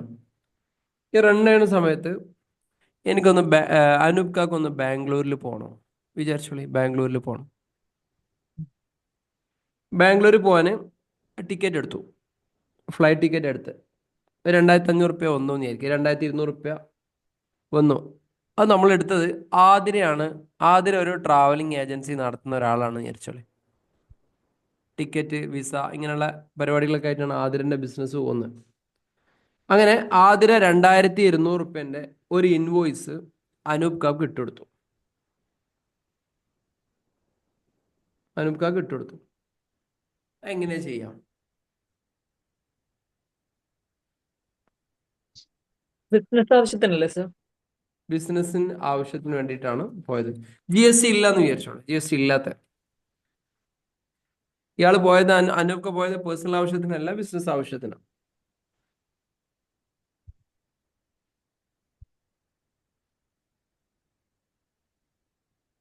എക്സ്പെൻസിൽ കാണിക്കാം. എങ്ങനെ കാണിക്കാം? ജേണലിൽ വൗച്ചറിൽ പോകുന്നു. ക്യാഷ് കൊടുത്തോ? ട്രാവലിംഗ് എക്സ്പെൻസ് എന്നിട്ട് കാണിച്ചാൽ പോലെ. ഉം. Travelling expense. Travelling expense. ഇത് ക്യാഷ് കൊടുത്തിട്ടില്ലെങ്കിൽ നമ്മൾ ആരാ പറഞ്ഞപ്പോ ആതിരയുടെ പേരിലല്ലേ പറഞ്ഞേ? കൊടുത്തിട്ടില്ലെങ്കിൽ നമ്മൾ ജേണലില് കൊടുക്കാനുണ്ടെന്ന് കാണിക്കാം. ഔട്ട്സ്റ്റാൻഡിങ്. അപ്പൊ ജേണലിൽ പോവാം. ഓക്കെ. ട്രാവലിംഗ് എക്സ്പെൻസ് ഇട്ട് കൊടുക്കല്ലേ? ട്രാവലിംഗ് എക്സ്പെൻസ് നമ്മൾ നേരത്തെ ഉണ്ടാക്കണോ? ഇല്ലല്ലോ. Indirect. Is it direct or indirect? ചെയ്യാനൊക്കെ പോവാണെങ്കിൽ അപ്പൊ ഡയറക്റ്റ് ആക്കേണ്ടി വരും. എങ്ങനെ? പർച്ചേസ് ചെയ്യാനൊക്കെ പോവാണെങ്കിലേ പർച്ചേസ് ചെയ്യാനല്ലാന്ന് ചോദിച്ചോളൂ. ഉദാഹരണം പിന്നെ ഇൻഡയറക്റ്റ് എക്സ്പെൻസ് ആക്കാം. മൂപ്പരുടെ ബിസിനസ് മീറ്റിന് പോയതാ. ഇൻഡയറക്റ്റ് ആക്കാം. പർച്ചേസ് ആണെങ്കിൽ ഡയറക്റ്റ് ആയി മാറുവേ. ഏതായാലും നിങ്ങൾക്ക് സംഭവം മനസ്സിലായി എന്നുള്ളത് സന്തോഷം. അല്ലെങ്കിൽ നിങ്ങൾ ഈ ചോദ്യം ചോദിക്കില്ലല്ലോ അല്ലേ? പർച്ചേസിനാണോ സെയിലിനാണോ എന്നുള്ളത് അത് ഉറപ്പിച്ചല്ലോ അല്ലേ? അത് ഉറപ്പിച്ചു. അത് പക്ക. ഓക്കെ. ഇനി നമ്മള് ഔട്ട്സ്റ്റാൻഡിംഗ് ആയിട്ട് ആതിരാന്റെ പേരിൽ ഒരു ഇത് കൊടുക്കണ്ടേ, ഒരു ലെഡ്ജർ ആതിരന്റെ ക്രിയേറ്റ് പേരിൽ ഒരു ലെഡ്ജർ ഉണ്ടാക്കണം. ആതിര ട്രാവൽസ് എന്ന് കൊടുക്കാം അല്ലെ. ആതിര എന്താ കൊടുക്കണേ? കറണ്ട് ലാബിലിറ്റി ആക്കി കൊടുക്കണ്ടേ. എന്താ ചെയ്യാൻ പറ്റുക? കറണ്ട് ലാബിലിറ്റി ആക്കി കൊടുക്കാം, കുഴപ്പമില്ല. Sundry creditors. Current Sundry liability creditor ആക്കി സൺഡി കൊടുക്കാം. ക്രെഡിറ്റേഴ്സ് കൊടുക്കാം. അത് കറണ്ട് ലൈബിലിറ്റി ആണല്ലോ. കറണ്ട് ലാബിലിറ്റി ആണ്. നമുക്കിവിടെ ഒരു ഹെഡ് ഉണ്ടായതുകൊണ്ട് അങ്ങനെ അടിച്ചു കൊടുക്കുന്നത് മാത്രം. ഈ സൺഡേ ക്രെഡിറ്റേഴ്സ് എന്ന് പറയുമ്പോൾ കറണ്ട് ലാബിലിറ്റി ആണ്. അവിടെ ഇത് കാണുന്നില്ല, കറണ്ട് ലാബിലിറ്റി. കറക്റ്റ്. ഡെബിറ്റ് അല്ല, അവിടെ ക്രെഡിറ്റ് അല്ലേ. 2,200 നേരെ എന്ത് ചെയ്യുന്നു? സേവ് ചെയ്യുന്നു.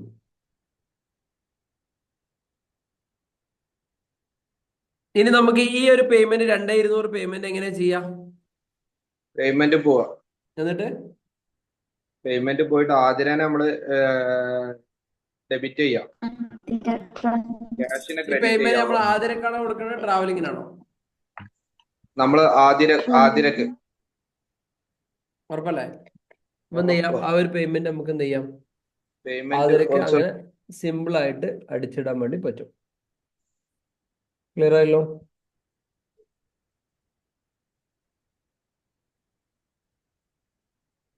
ഓക്കെ.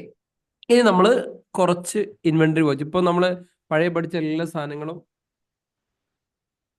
സർ, എനിക്ക് മൈക്ക് ഓപ്ഷൻ കാണുന്നില്ല, എന്താണ് ചെയ്യേണ്ടത്? അവിടെ യൂട്യൂബിനകത്ത് മൈക്ക് ഓപ്ഷൻ ഉണ്ടാവില്ലടാ. മൈക്ക് ഓപ്ഷൻ കിട്ടണമെങ്കിൽ നേരെ സൂമിനകത്തേക്കോ. പണ്ട് ഞാനും നിന്ന മാതിരിയാണ് ഇപ്പൊ അത്. ഞാൻ ഈ യൂട്യൂബിൽ ഇങ്ങനെ കണ്ടിട്ട് എനിക്കിങ്ങനെ ഒന്നും പറയാൻ പറ്റണില്ല. ലാസ്റ്റ് ഇങ്ങനെ ഞാൻ സൂമൊക്കെ ചാടിയത്. മുഹമ്മദ് ഷെരീഫ് എന്നുള്ള ആരും മെസ്സേജ് അയച്ചിട്ടുണ്ട്, എനിക്ക് മൈക്ക് ഓപ്ഷൻ കാണുന്നില്ല. സംഭവം എന്താ അറിയോ? അവിടുന്ന് ഒന്നും തിരിയൂല. അപ്പൊ ഇവിടുന്ന് ഇങ്ങനെ ആൾക്കാർ ഇങ്ങനെ സംസാരിക്കുന്നത് കാണും. ഇത് എവിടുന്നാണ് ഇത് വരുന്നതെന്നുള്ളത് പിടുത്തല്ലാതാവുമ്പളേ ഇതൊന്ന് നെക്കിയിട്ട് എന്തെങ്കിലും ഒന്ന് പറഞ്ഞിട്ടുണ്ടെങ്കിൽ അല്ലേ. ആസാദ് ഭായിക്ക് കുട്ടപ്പനായാലോ ദുബായിലെത്തുമ്പോത്തിന്. ദുബായി പോയിട്ടേ ഉഷാറായി കൊണ്ടില്ല. അപ്പൊ ദുബായ് ഷർഫ് ഒന്നും ഇല്ലേ? ദുബായ് ഷർഫിന് നമ്മൾ തമിഴ്നാട്ടിൽ മാറ്റിയില്ലേ. അണ്ണനാക്കില്ലേ? ഇത് ഷർഫ് ഇവിടെ ഷർഫിനൊന്നും കാണില്ലല്ലോ. കാണാനില്ലല്ലോ, അത് ഞാൻ നോക്കണേ. ഇതിനകത്ത് ഇല്ല. ആസാദ് എന്താ തടിച്ചോ? അത് മന്തിയൊക്കെ കഴിച്ചു കൊണ്ടുവന്നു. അടിച്ചിട്ടൊന്നുമില്ല. ഇവിടുത്തെ ഓരോന്ന് വില കേൾക്കുമ്പോ ചെറുതായിട്ടൊരു ഭ്രാന്ത് വരുന്നു. തടിയാണ് കുറയും ഒരാഴ്ചയോടെ നിന്നാല്. അത് ഉറപ്പാ. ഫാറൂഖ് ഭായ് കുറച്ച് സാധനം വാങ്ങി കൊടുക്കുക. നിങ്ങൾ സൗദിയിലാ അല്ലേ? സൗദിയിലല്ലേ. ക്യാഷ് നോക്കി ഒന്നും കഴിക്കാൻ പറ്റില്ല. നാട്ടിലെ പൈസ കമ്പയർ ചെയ്യരുതട്ടാ. ഞാൻ പോയിട്ടുണ്ട് 2 പ്രാവശ്യം ദുബായിൽ വിസിറ്റ് പോയിട്ടുണ്ട്. അത് മനസ്സിലായി. നാട്ടിലെ പൈസ കമ്പയർ ചെയ്ത് കഴിഞ്ഞാല് പച്ച വെള്ളം കുടിക്കൂല അവിടുന്ന്. കിട്ടണൊക്കെ നല്ല തിന്ന് കടന്നുറങ്ങിക്കോളി. അതൊന്നും നോക്കിയിട്ട് കാര്യമില്ല അല്ലേ. റംസീനപ്പ പഠിച്ചു. ഞാൻ ഫസ്റ്റ് കാൽക്കുലേറ്റ് ചെയ്യായിരുന്നു നാട്ടത്തെ ഇവിടത്തെ. ഇപ്പൊ പഠിച്ചു. ഇതൊക്കെ തിന്ന എങ്ങനെ നടക്കുക കാക്കുന്നൊക്കെ ചോദിച്ചിട്ടുണ്ടാവില്ലേ. ലാസ്റ്റ് അങ്ങ് വേണമെങ്കിൽ തിന്നു പറയും. അങ്ങനെ പറഞ്ഞോ? നാട്ടത്ത് നോക്കി ഇവിടെ പച്ചവെള്ളം കുടിക്കാൻ പറ്റില്ലേ. ഓക്കെ. എന്തായാലും ഓരോ പാഠങ്ങളാണ്. നന്നാട്ടെ. ചായ കുടി കുറഞ്ഞു. ചായ കുടി കുറഞ്ഞൂന്ന്. പതുക്കെ ചോറ് നിക്കും. ഹുബുസൊക്കെ നിക്കും. പതുക്കെ ഹുബുസ് വെക്കും. കുബൂസ് നിൽക്കേണ്ട ആവശ്യമില്ല. നമ്മളവിടെ കുബൂസ് 1 റിയാലിന് 5 കുബൂസ് ഇപ്പൊ. 1 റിയാലിന് 5 എണ്ണം. ആസാദ് ഇപ്പൊ അവിടെ എത്രയാ? 2 അല്ലേ? 2 റിയാല് അല്ല 2 ദിർഹം. 2 ദിർഹം. സൗദിക്ക് പോരി. സൗദിക്ക് ആൾക്കാരെ ഉണ്ടെങ്കിൽ നിങ്ങള് ഇതിനകത്ത് ആരെങ്കിലും ഉണ്ടെങ്കിൽ. ആസാദ് എവിടെ? ദുബായിലാണോ? ഞാന് കിസീസ്. ഞാൻ ഇവിടെ കറാമിയിലാ. ഞാൻ സ്ഥലങ്ങളൊക്കെ പഠിച്ചു വരുന്നുള്ളൂ. നമ്മളെ അളിയൻ ഇവിടെ ഉള്ളതുകൊണ്ടേ അതുകൊണ്ട് ആ ആ ധൈര്യത്തിൽ കയറിയതാ. അപ്പൊ കുറച്ച് ചെലവ് അങ്ങ് ആ പിടിക്കും. ധൈര്യമൊന്നുമില്ല. പണിക്കവിടെ നോക്കിക്കോ. കുറച്ച് ദിവസമൊക്കെ അവിടെ അളിയനൊക്കെ നോക്കാം. എത്തും. പിന്നെ ഓടിക്കൊന്നു. സാറ പിടിച്ചോ. ആ മെമ്മയെ പിടിച്ചോ. കുറച്ച് കഴിഞ്ഞാൽ സ്റ്റക്കാവും. അതിന്റെ മുമ്പേ കയ്യിൽ പൈസ എല്ലാ പൈസ വെച്ചിട്ട് ഇന്റർവ്യൂവിനൊക്കെ പരമാവധി ഓടിച്ചോളി. അതിന് എവിടെയെങ്കിലും മുന്നേ കിട്ടും. സാറ് വല്ല വേക്കൻസി ഉണ്ടെങ്കിൽ പറയും, നമ്മളവിടെ പോയി. ഓ സെറ്റാക്കാം. ഇപ്പൊ ഇൻഷാ ഇപ്പൊ അള്ളാ. ഉള്ളത് നിങ്ങള് എവിടെയുള്ളത്? ഡിസീസ്. ഓക്കെ. ഇപ്പൊ നിലവിൽ വന്നൊക്കെ ഫില്ലായിക്കണം. കുറച്ചും കൂടി സാധനങ്ങൾ വരാനുണ്ട്. ഇൻഷാ അള്ളാ. ശരിയാവും. ഇനി നമുക്ക് ഇൻവെന്ററി വൗച്ചേഴ്സ് ആണ് നിന്ന് നോക്കണം. അപ്പൊ പഴയ കാര്യങ്ങളൊക്കെ നമ്മൾ മസ്റ്റാർഡ്സ് ഓയിലും സീഡ്സ് ഉണ്ടാക്കുന്ന പാക്കിംഗ് വൗച്ചറും അതേപോലെ പ്രോസസ്സിംഗ് വൗച്ചറും എല്ലാ സംഭവങ്ങളും സെറ്റായി. ഇനി നമുക്ക് ഇൻവെന്ററി വൗച്ചേഴ്സ് ആണ് ചെയ്യാൻ പോകുന്നത്. ഇമ്പോർട്ടൻ്റ് ആയിട്ടുള്ള സെഷനാണ് ഇൻവെന്ററി വൗച്ചേഴ്സ്. ഇൻവെന്ററി വൗച്ചർ എന്ന് പറയുമ്പോൾ സ്റ്റോക്കിനെ ബാധിക്കുന്ന കാര്യങ്ങൾ, ഗോഡൌണുമായി ബന്ധപ്പെട്ട കാര്യങ്ങൾ, പർച്ചേസുമായി ബന്ധപ്പെട്ട കാര്യങ്ങൾ, സെയിലുമായി ബന്ധപ്പെട്ട ഇങ്ങനെയൊക്കെ ഇതൊക്കെ നമ്മളെ ഇതിനെ ബാധിക്കും. നമ്മളെ സ്റ്റോക്കിനെ അല്ലെങ്കിൽ ഇൻവെന്ററിയെ ബാധിക്കും. അപ്പൊ അതിനും ഒരുപാടുണ്ട്. അപ്പൊ നമ്മൾ payment voucher, receipt voucher, journal voucher എന്നൊക്കെ പറഞ്ഞതുപോലെ ഇൻവെന്ററിയുടെ തന്നെ വൗച്ചറുകളുണ്ട്. അതിൽ പ്രധാനപ്പെട്ട 8 വൗച്ചറുകൾ അതായിരിക്കും നമ്മൾ ഇനി പഠിക്കാൻ വേണ്ടി പോകുന്നത്. ഒന്നാമത്തത് സെയിൽസ് ഓർഡർ, രണ്ടാമത്തത് പർച്ചേസ് ഓർഡർ, മൂന്നാമത്തത് ഡെലിവറി നോട്ട്, നാലാമത്തത് റെസിപ്റ്റ് നോട്ട്, അഞ്ചാമത്തത് റിജക്ഷൻ ഇന്ന്, ആറാമത്തത് റിജക്ഷൻ ഔട്ട്, ഏഴാമത്തത് സ്റ്റോക്ക് ജേണൽ, എട്ടാമത്തത് ഫിസിക്കൽ സ്റ്റോക്ക്. ഈ പറഞ്ഞ സാധനങ്ങളൊക്കെ സ്റ്റോക്കിനെ ബാധിക്കുന്ന കാര്യങ്ങളാണ്. ഇപ്പൊ സാധാരണ രീതിയിൽ നമ്മൾ ടാലിയിലൊക്കെ ചെയ്യുമ്പോൾ പർച്ചേസ് ചെയ്യും, സെയിൽ ചെയ്യും, എക്സ്പെൻസ് ചെയ്യും, ഇൻകം ചെയ്യും, പിന്നെ ജേണൽ, വല്ലപ്പോഴും കോൺട്ര. ഇതായിരിക്കും സാധാരണ രീതിയിൽ എല്ലാ ആളുകളും ചെയ്യുന്നത്. നോർമൽ ചെറിയ ബിസിനസ്സുകളിലൊക്കെ നടക്കുന്നത്. അപ്പോൾ ഇവിടെ നമ്മൾ എന്ത് ചെയ്തു? പാക്കിംഗ് വൗച്ചർ ഉണ്ടാക്കി, പ്രോസസ്സിംഗ് വൗച്ചർ ഉണ്ടാക്കി, നമുക്ക് ആവശ്യമുള്ള സാധനത്തിനൊക്കെ ഓരോ വൗച്ചറുകൾ നമ്മളിങ്ങനെ ക്രിയേറ്റ് ചെയ്ത് പോകുന്ന പരിപാടിയാണ് നമ്മളിപ്പോൾ ചെയ്തിരുന്നത്. അപ്പോൾ ഇതിൽ തന്നെ ഒരുപാട് വൗച്ചേഴ്സുകളൊക്കെ നിങ്ങൾക്ക് പുതിയതായിരിക്കും. ഇനിയുള്ള വൗച്ചേഴ്സുകളൊക്കെ പുതിയത് തന്നെയാണ്, ചിലപ്പോൾ ചെയ്യുന്ന ആളുകൾക്ക് പഴയത് തന്നെയാണ്. Sales order. സെയിൽസ് ഓർഡർ എന്ന് പറഞ്ഞാൽ എന്താന്ന് പറഞ്ഞു പോകാം. അടുത്ത വിശദമായിട്ട് നമുക്ക് പറയാം. പിന്നെ സെയിൽസ് ഓർഡർ എന്ന് പറഞ്ഞാൽ എന്താ? നമുക്ക് മറ്റേ വാങ്ങുന്ന ആളുകൾ തരുന്ന ഓർഡർ. സെയിൽസ് ഓർഡർ വാങ്ങുന്ന ആളുകൾ നമുക്ക് അവർക്ക് ഇന്ന സാധനം വേണം, ഇന്ന സാധനം വേണം എന്ന് പറഞ്ഞ് നമുക്ക് കിട്ടുന്ന കസ്റ്റമറുടെ ഓർഡർ. കയ്യിൽ നിന്ന് നമുക്ക് കിട്ടുന്ന ഓർഡർ. നമ്മുടെ റിക്വയർമെന്റ് നമ്മുടെ ഓർഡേഴ്സ് സ്ഥാപനത്തിൽ നമുക്ക് കിട്ടുന്ന സെയിൽ ഓർഡർ, കച്ചവടത്തിനുള്ള ഓർഡർ. പർച്ചേസ് ഓർഡറോ? നമ്മൾ നമ്മുടെ പർച്ചേസ് റിക്വയർമെന്റ് നമ്മൾ നമ്മള് purchase അങ്ങോട്ട് കൊടുക്കുന്ന വേണ്ടി കൊടുക്കുന്ന സപ്ലയേഴ്സിന് കൊടുക്കുന്ന ഓർഡർ. സപ്ലൈസിന് കൊടുക്കുന്ന ഓർഡർ. ഓക്കെ, റെഡി അല്ലേ? കൊട്ടേഷൻ. കൊട്ടേഷൻ എന്ന് പറഞ്ഞാൽ എന്താ? കൊട്ടേഷൻ നമുക്ക് റൈറ്റ് അറിയാന് അപ്പൊ നമ്മള് ഓർഡറോ? കൊട്ടേഷൻ എന്ന് പറഞ്ഞിട്ടുണ്ടെങ്കിൽ ഒരു വേണം എന്ന് പറഞ്ഞല്ലേ. സക്കീൻ എന്താ കൊട്ടേഷൻ? കൊട്ടേഷൻ എന്ന് പറഞ്ഞിട്ടുണ്ടെങ്കിൽ നമ്മുടെ രണ്ട് ആസ്പെക്റ്റിലും വരുന്നുണ്ട് quotation. Normally as A business സ്ഥാപനം നമ്മൾ ഇഷ്യൂ ചെയ്യുന്നത് നമ്മുടെ കസ്റ്റമറുടെ ഒരു റിക്വയർമെന്റ് എൻക്വയറി വരുമ്പോൾ നമ്മൾ അവർക്ക് കൊടുക്കുന്ന ഒരു ഓഫർ പോലെ, നമ്മുടെ സാധനത്തിന് ഇത്രയാണ് റേറ്റ്, ഇന്ന സർവീസുകൾ നമ്മൾ പ്രൊവൈഡ് ചെയ്യും, അതിന്റെ പേയ്മെന്റ് ടേംസ് ഇതൊക്കെ വെച്ചിട്ടുള്ള ഒരു ഓഫർ ലെറ്റർ പോലെ. ഓഫർ ലെറ്റർ എന്ന് പറയാനുള്ള ഒരു ലെറ്റർ, നമ്മുടെ പ്രൊഡക്റ്റിന്റെ ഡീറ്റെയിൽസ് ഒക്കെ പറഞ്ഞിട്ട് അതിനാണ് കൊട്ടേഷൻ എന്ന് പറയാം. പർച്ചേസിന്റെ കേസിലും സെയിൽസിന്റെ കേസിലും വരുമോ? സെയിൽസിന്റെ കേസിലാണ് ഒരു ഒരു ബിസിനസ് സ്ഥാപനത്തിന്റെ കേസിലാണ്. പർച്ചേസിന്റെ കേസിൽ എന്ന് വെച്ചിട്ടുണ്ടെങ്കിൽ നമ്മൾ കൊട്ടേഷൻ കിട്ടിക്കഴിയുമ്പോൾ നമ്മൾ അപ്രൂവ് ചെയ്ത് LPO ആയിട്ട് കൊടുക്കുക ചെയ്യുന്ന ഇവിടുത്തെ ആസ്പെക്ട് ആട്ടോ ഞാൻ പറയുന്നത്, UAE ആസ്പെക്ട്. നാട്ടിലും അങ്ങനെ തന്നെയാന്ന് വിചാരിക്കുന്നു. പർച്ചേസ് ചെയ്യുമ്പോൾ തരും, സെയിൽ ചെയ്യുമ്പോൾ നമ്മൾ അങ്ങോട്ട് കൊടുക്കും. കൊട്ടേഷൻ നമ്മൾ അങ്ങോട്ട് കൊടുക്കും. എക്സാക്ട്ലി. അതന്നെ കറക്റ്റ്. ആർക്കെങ്കിലും എന്തെങ്കിലും ഡൗട്ട് ഉണ്ടോ? കൊട്ടേഷനും പർച്ചേസ് ഓർഡറും സെയിൽ ഓർഡറും തമ്മിൽ എന്തെങ്കിലും ഡൗട്ട് ഉണ്ടോ ആർക്കെങ്കിലും? കൊട്ടേഷനും പെർഫോമയും ഒന്ന് തന്നെ പെർഫോമ. അല്ലല്ല, അല്ലല്ല. അത് സാമ്പിൾ ഇൻവോയ്സ് പോലെയല്ലേ? ചോദിച്ചോളി, ഇപ്പൊ കിട്ടുള്ളൂ, പിന്നെ കിട്ടൂല. ഡൗട്ട് ഉണ്ടോ? രണ്ടൊന്നല്ലേ? രണ്ട് ഡിഫറെന്റ് ആണ്, രണ്ടിന് മോഡലും ഡിഫറെന്റ് ആണ്. ഗൾഫിൽ ഈ സാധനം നാട്ടിൽ നമുക്ക് ഇത്ര ഈ സാധനം ഒന്നും വരൂല. കാരണം നാട്ടിലെ പരിപാടികളൊക്കെ കാട്ടിക്കൂട്ടൽ പരിപാടികളാണല്ലോ, നിങ്ങൾക്ക് അറിയാലോ. പർച്ചേസും സെയിൽ അടിക്കുന്ന പരിപാടി മാത്രമേ ഉള്ളൂ.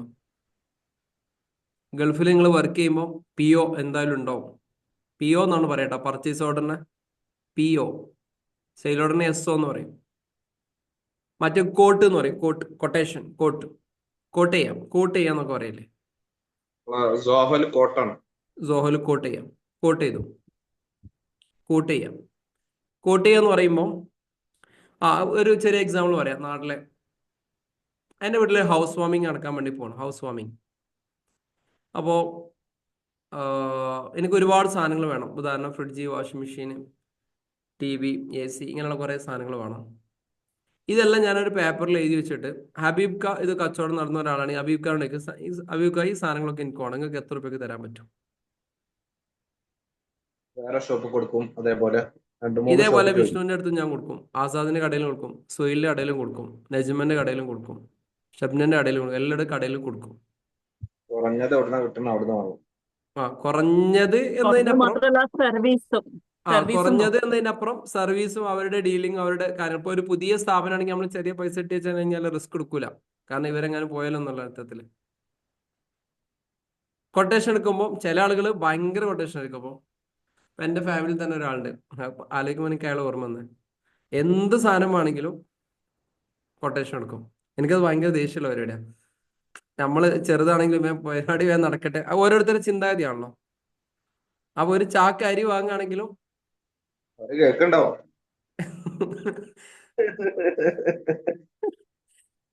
ഓരോരുത്തരുണ്ടാവും. അപ്പോൾ അരി വാങ്ങുകയാണെങ്കിലും കൊട്ടേഷൻ എടുക്കും. അപ്പോൾ ചിലവര് ഞാനിപ്പോൾ കൊണ്ടോട്ടിയാണ് ഞാൻ ഇപ്പോൾ നിൽക്കുന്നതെങ്കിൽ എന്ത് ചെയ്യും? മഞ്ചേരി എന്ന് പറഞ്ഞ സ്ഥലമാണ്, ഇവിടുന്ന് ഏറെക്കുറെ 15 കിലോമീറ്ററാണ്. മഞ്ചേരിയിൽ ഒരു 2 രൂപ വില കുറവുണ്ട് പറഞ്ഞാൽ മഞ്ചേരി പോകും. ഈ മഞ്ചേരി പോകാൻ 500 രൂപ എണ്ണ അടിക്കണ്ടേ? ഞാൻ ചിന്തിക്കുന്നത് അങ്ങനെ കേട്ടോ. വണ്ടിക്കൂലി നോക്കൂല. ആ 2 രൂപയ്ക്ക് വേണ്ടിയിട്ട് എന്ത് ചെയ്യും? മഞ്ചേരി പോകാൻ 500, അവിടെ നിന്ന് ഇങ്ങോട്ട് വരാൻ 500. അപ്പൊ ഇവർ 2 രൂപ പോയിട്ട് 1000 രൂപ നഷ്ട കച്ചവടം. അതൊരു അങ്ങനെ ഒരുപാട് ആൾക്കാരുണ്ട് കേട്ടോ. അത് നമ്മളവിടെ നീതി സ്റ്റോറിലെ പഞ്ചസാരക്ക് 50 പൈസ കുറവാണേക്കാരം, മറ്റുള്ളവർക്ക് 5 പൈസ കൂടുതലാണേക്കാരം. അതിനൊരു ദിവസം പണിയൊക്കെ ലീവാക്കി ലൈന് നിന്ന് വാങ്ങി വരും. ഒരു ദിവസം 800 രൂപ പോയില്ലേ പണിക്കൂലി? അതന്നെ ആകെ കിട്ടുന്ന ലാഭം ചെറിയ എന്തേലും ഉണ്ടാവുള്ളൂ. ആകെ 3 കിലോ അരിയ വാങ്ങാം, അതിനത്ര വ്യത്യാസം ഉണ്ടാവും. 1 രൂപ 50 പൈസയും അല്ലേ? ഈ 1 രൂപ 50 പൈസക്ക് 800 രൂപന്റെ പണി ലീവാക്കിയിട്ട് കാത്തു. അതായത് ബാർഗെയിൻ ചെയ്യണ്ടെന്നൊന്നും അല്ല കേട്ടോ. നമുക്ക് മിതമായ പൈസ, ഈ പറഞ്ഞ ചെറിയ പൈസക്കൊക്കെ ഉണ്ടല്ലോ, അത് ഏതുപോലെ എന്ന് വെച്ച് കഴിഞ്ഞാൽ, ഇപ്പൊ ഒരു മിനിമം ബസ്സിന് ഒരു ഫെയർ ഇല്ലേ, 7 രൂപ.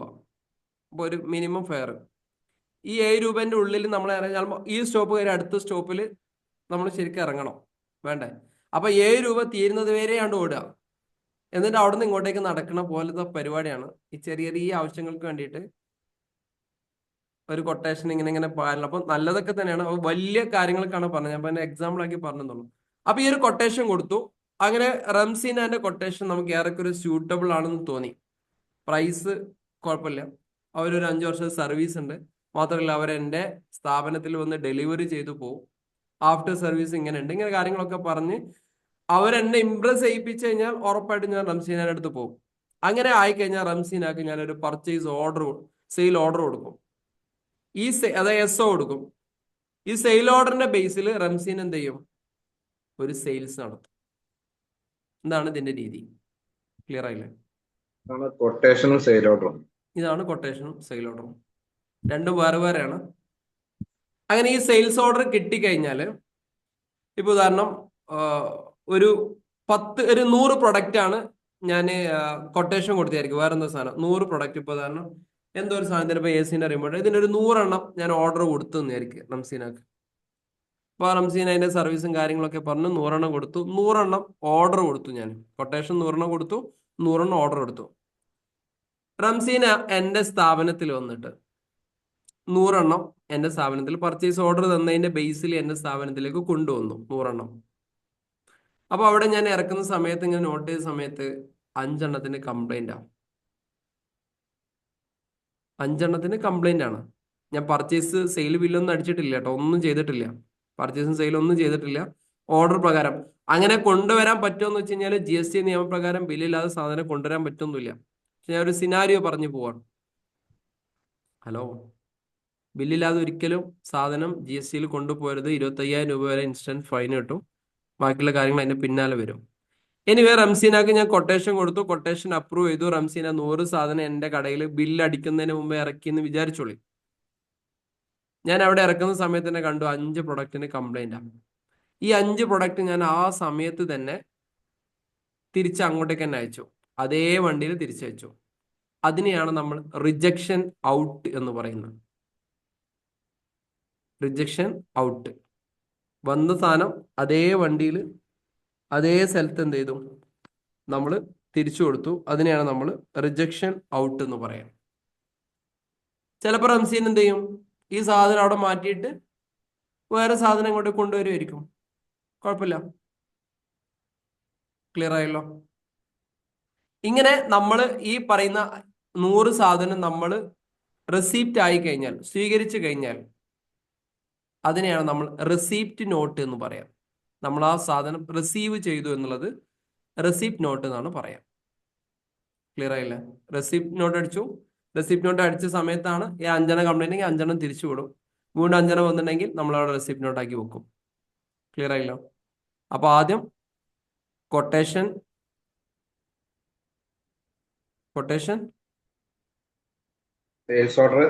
സെയിൽസ് ഓർഡർ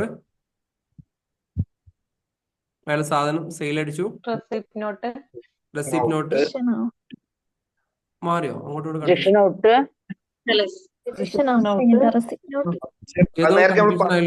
എവിടെയോ ഒന്ന് മാറിക്കണല്ലോ.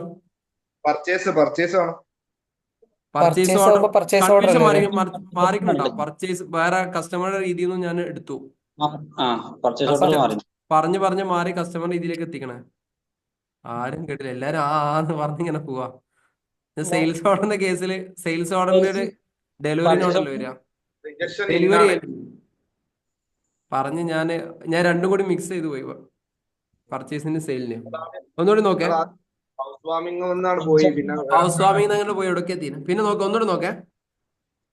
ആദ്യം കൊട്ടേഷന്, പിന്നെ SO സെയിൽസ് ഓർഡർ. ഈ സെയിൽസ് ഓർഡറിന്റെ ബേസിൽ നമ്മൾ ഡെലിവറി അടിക്കും, ഡെലിവറി നോട്ട്. നോക്കാം, വരച്ച് കാണിക്കാം. ആകെ കിളി പോകും. നമ്മളിപ്പോ സെയിൽസിന്റെ പറയുന്നത്. സെയിൽസിന്റെ വരാം. നോക്കേ, സെയിൽസിന്റെ പറയണോ പർച്ചേസിന്റെ പറയണോ? നമ്മള് വാങ്ങുന്ന ആളാണ് കൊടുക്കുന്ന ആളാന്ന് പറയും. ഓക്കെ, നോക്കാം. അപ്പൊ എന്താ ഈ കൊട്ടേഷൻ കാര്യങ്ങളൊക്കെ എന്താന്ന് കിട്ടിയില്ലേ? നമ്മളെ കോൺസെപ്റ്റ് എന്നല്ല നമ്മൾ ചെയ്യുന്നത്, സ്ഥാപനത്തിന്റെ കോൺസെപ്റ്റിനും ചെയ്ത് നോക്കിക്കോളെ. അതല്ലെങ്കിൽ പർച്ചേസ് ഓർഡർ മുതൽ പോവാം, തെറ്റൂലേ? ആദ്യം നമ്മൾ പർച്ചേസ് ഓർഡർ ഇവിടെ കൊടുക്കാം. പർച്ചേസ് ഓർഡർ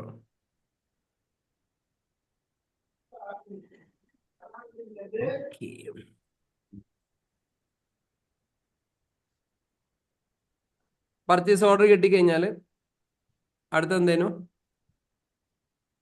ചെറുത് മതി. പിന്നെന്താ? Purchase order,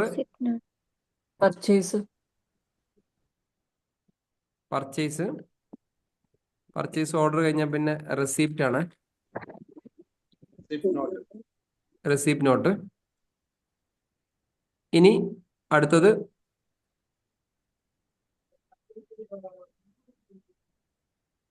purchase. ഇതാണ് ഇതിന്റെ 3 സ്റ്റേജ്. അപ്പൊ റിജക്ഷൻ ഔട്ട് എവിടെ സാറേ? പറഞ്ഞുതരാം. ആദ്യം എന്ത് ചെയ്യും? പർച്ചേസ് ഓർഡർ കൊടുക്കുന്നു. പർച്ചേസ് ഓർഡറിന്ന് നേരെ സാധനം റെസിപ്റ്റ് നോട്ട് അടിക്കുന്നു.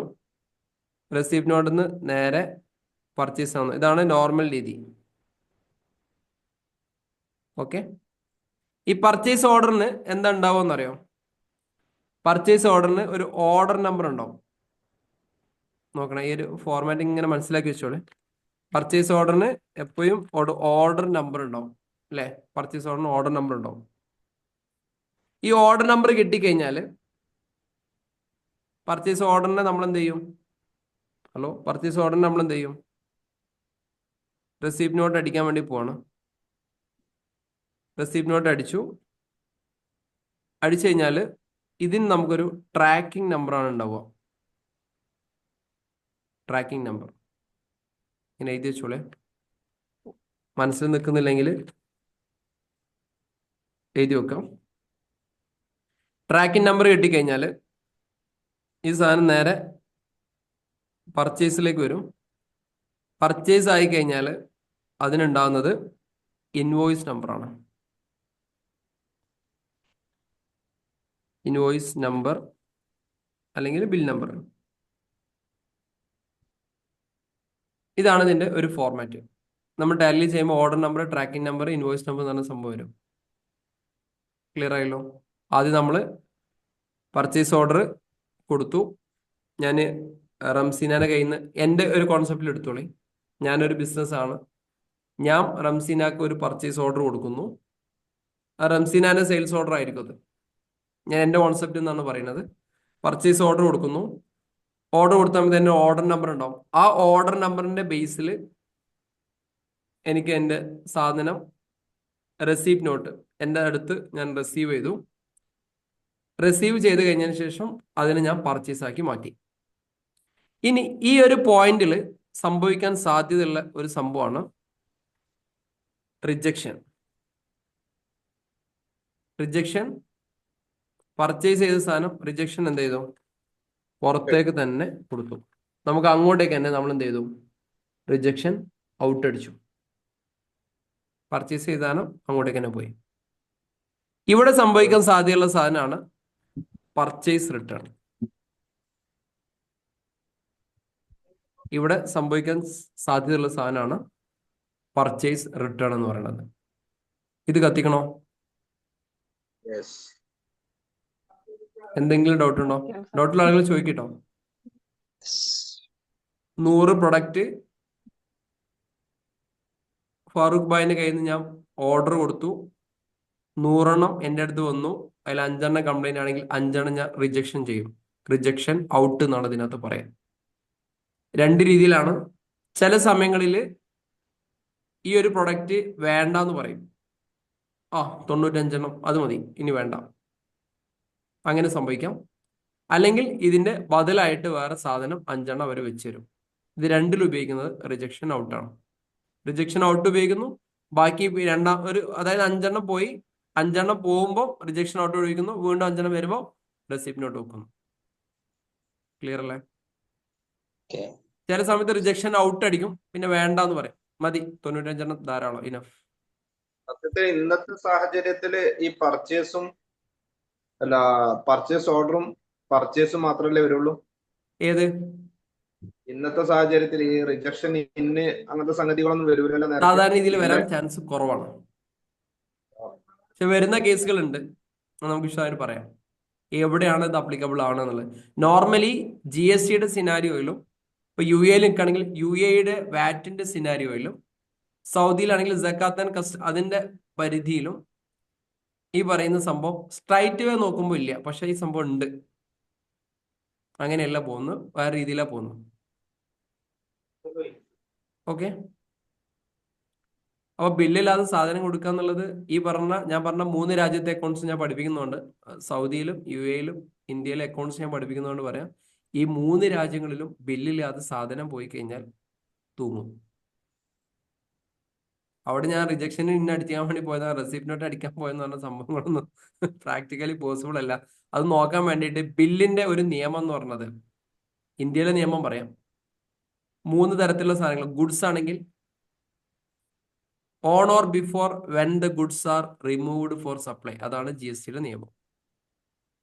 ഒരു ഗുഡ്സ് വിൽക്കുന്ന ആ ഒരു സമയം, ആ ഒരു സമയം, അല്ലെങ്കിൽ before when the goods are removed four supply, നമ്മുടെ കയ്യിൽ നിന്ന് എപ്പോഴാണോ സപ്ലൈക്ക് ആവശ്യത്തിന് വേണ്ടി നമ്മുടെ കയ്യിൽ നിന്ന് ഗുഡ്സ് പോകുന്നത്, ആ ഒരു മൊമെന്റ് മുതൽ ബില്ലെടുത്തോളണം, അല്ലെങ്കിൽ അതിന് മുമ്പ് എടുക്കണം. ഗുഡ്സിന്റെ കേസിൽ. സർവീസിന്റെ കേസിലാണെങ്കിൽ 30 ഡേയ്സിന്റെ ഒരു കാലാവധി ഉണ്ട്. ഒന്നെങ്കിൽ ബിഫോർ അല്ലെങ്കിൽ 30 ഡേയ്സ്. പിന്നെ ഉള്ളത് banking NBFCs, non banking finance കമ്പനികൾ. ഇവർക്കൊരു 45 ഡേയ്സിന്റെ എക്സംഷൻ ഉണ്ട്. ഇതാണ് നിയമം. ബാക്കി ബാക്കി ഈ പറഞ്ഞ രീതിയിൽ ഇപ്പൊ ഗുഡ്സ് വന്നു, സർവീസ് വന്നു. ഈ പറയുന്ന സർവീസ് തന്നെ ബാങ്കിങ് എന്ന് പറഞ്ഞൊരു സംഭവം കൂടി സെപ്പറേറ്റ് ആക്കി വന്നു. അവിടെ നമ്മൾ റിജക്ഷൻ ഇന്നും റിജക്ഷൻ ഔട്ടും ഒക്കെ പ്രാക്ടിക്കലി പോസിബിൾ അല്ല. ക്ലിയർ ആയില്ലേ? ഇതാണ് നോർമലി ഇതിന്റെ രീതി.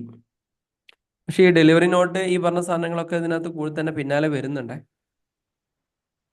ഇനി സെയിൽസിന്റെ കേസ് ആണെങ്കിലും അതൊന്ന് പഠിക്കാം. അടുത്തതിൽ നമുക്ക് വിശദമായിട്ട് പറയാം. സമയമായിട്ടുണ്ട്, എന്നാലും ഇതുകൂടി പറഞ്ഞു പോകും.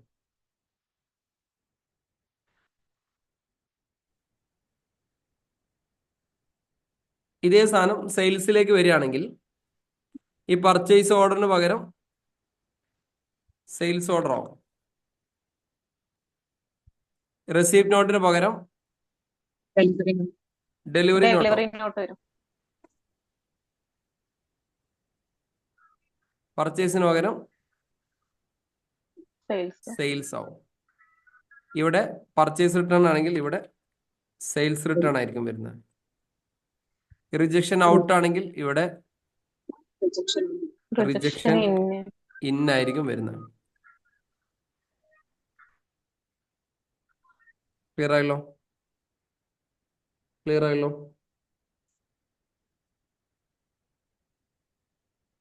Hello hello hello hello hello. ഇനി ഇതേപോലെ സെയിൽസിന് ഓർഡർ നമ്പർ ഉണ്ടാവും, ഡെലിവറി നോട്ടിന് ട്രാക്കിംഗ് നമ്പർ ഉണ്ടാവും, സെയിൽസിന് ഇൻവോയ്സ് അല്ലെങ്കിൽ പർച്ചേസ് എന്ന് പറഞ്ഞിട്ടുള്ള ഈ സംഭവങ്ങൾ ഉണ്ടാവും. ഇതാണ് നോർമൽ കോഴ്സ് ഓഫ് ബിസിനസ്സിനകത്ത് നോർമൽ ആയിട്ട് വരുന്ന കാര്യങ്ങൾ. ക്ലിയർ അല്ലേ? ഓക്കെ അല്ലേ? ഇന്ന് പറഞ്ഞ ഈ ഒരു ബേസിക് സാധനത്തിൽ എന്തെങ്കിലും ഡൗട്ട് ഉണ്ടോ?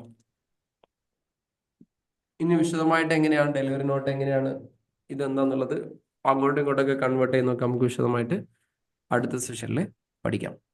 ഇന്ന് പറഞ്ഞതിൽ എന്തെങ്കിലും ഡൗട്ട് ഉണ്ടെങ്കിൽ ചോദിക്കാം.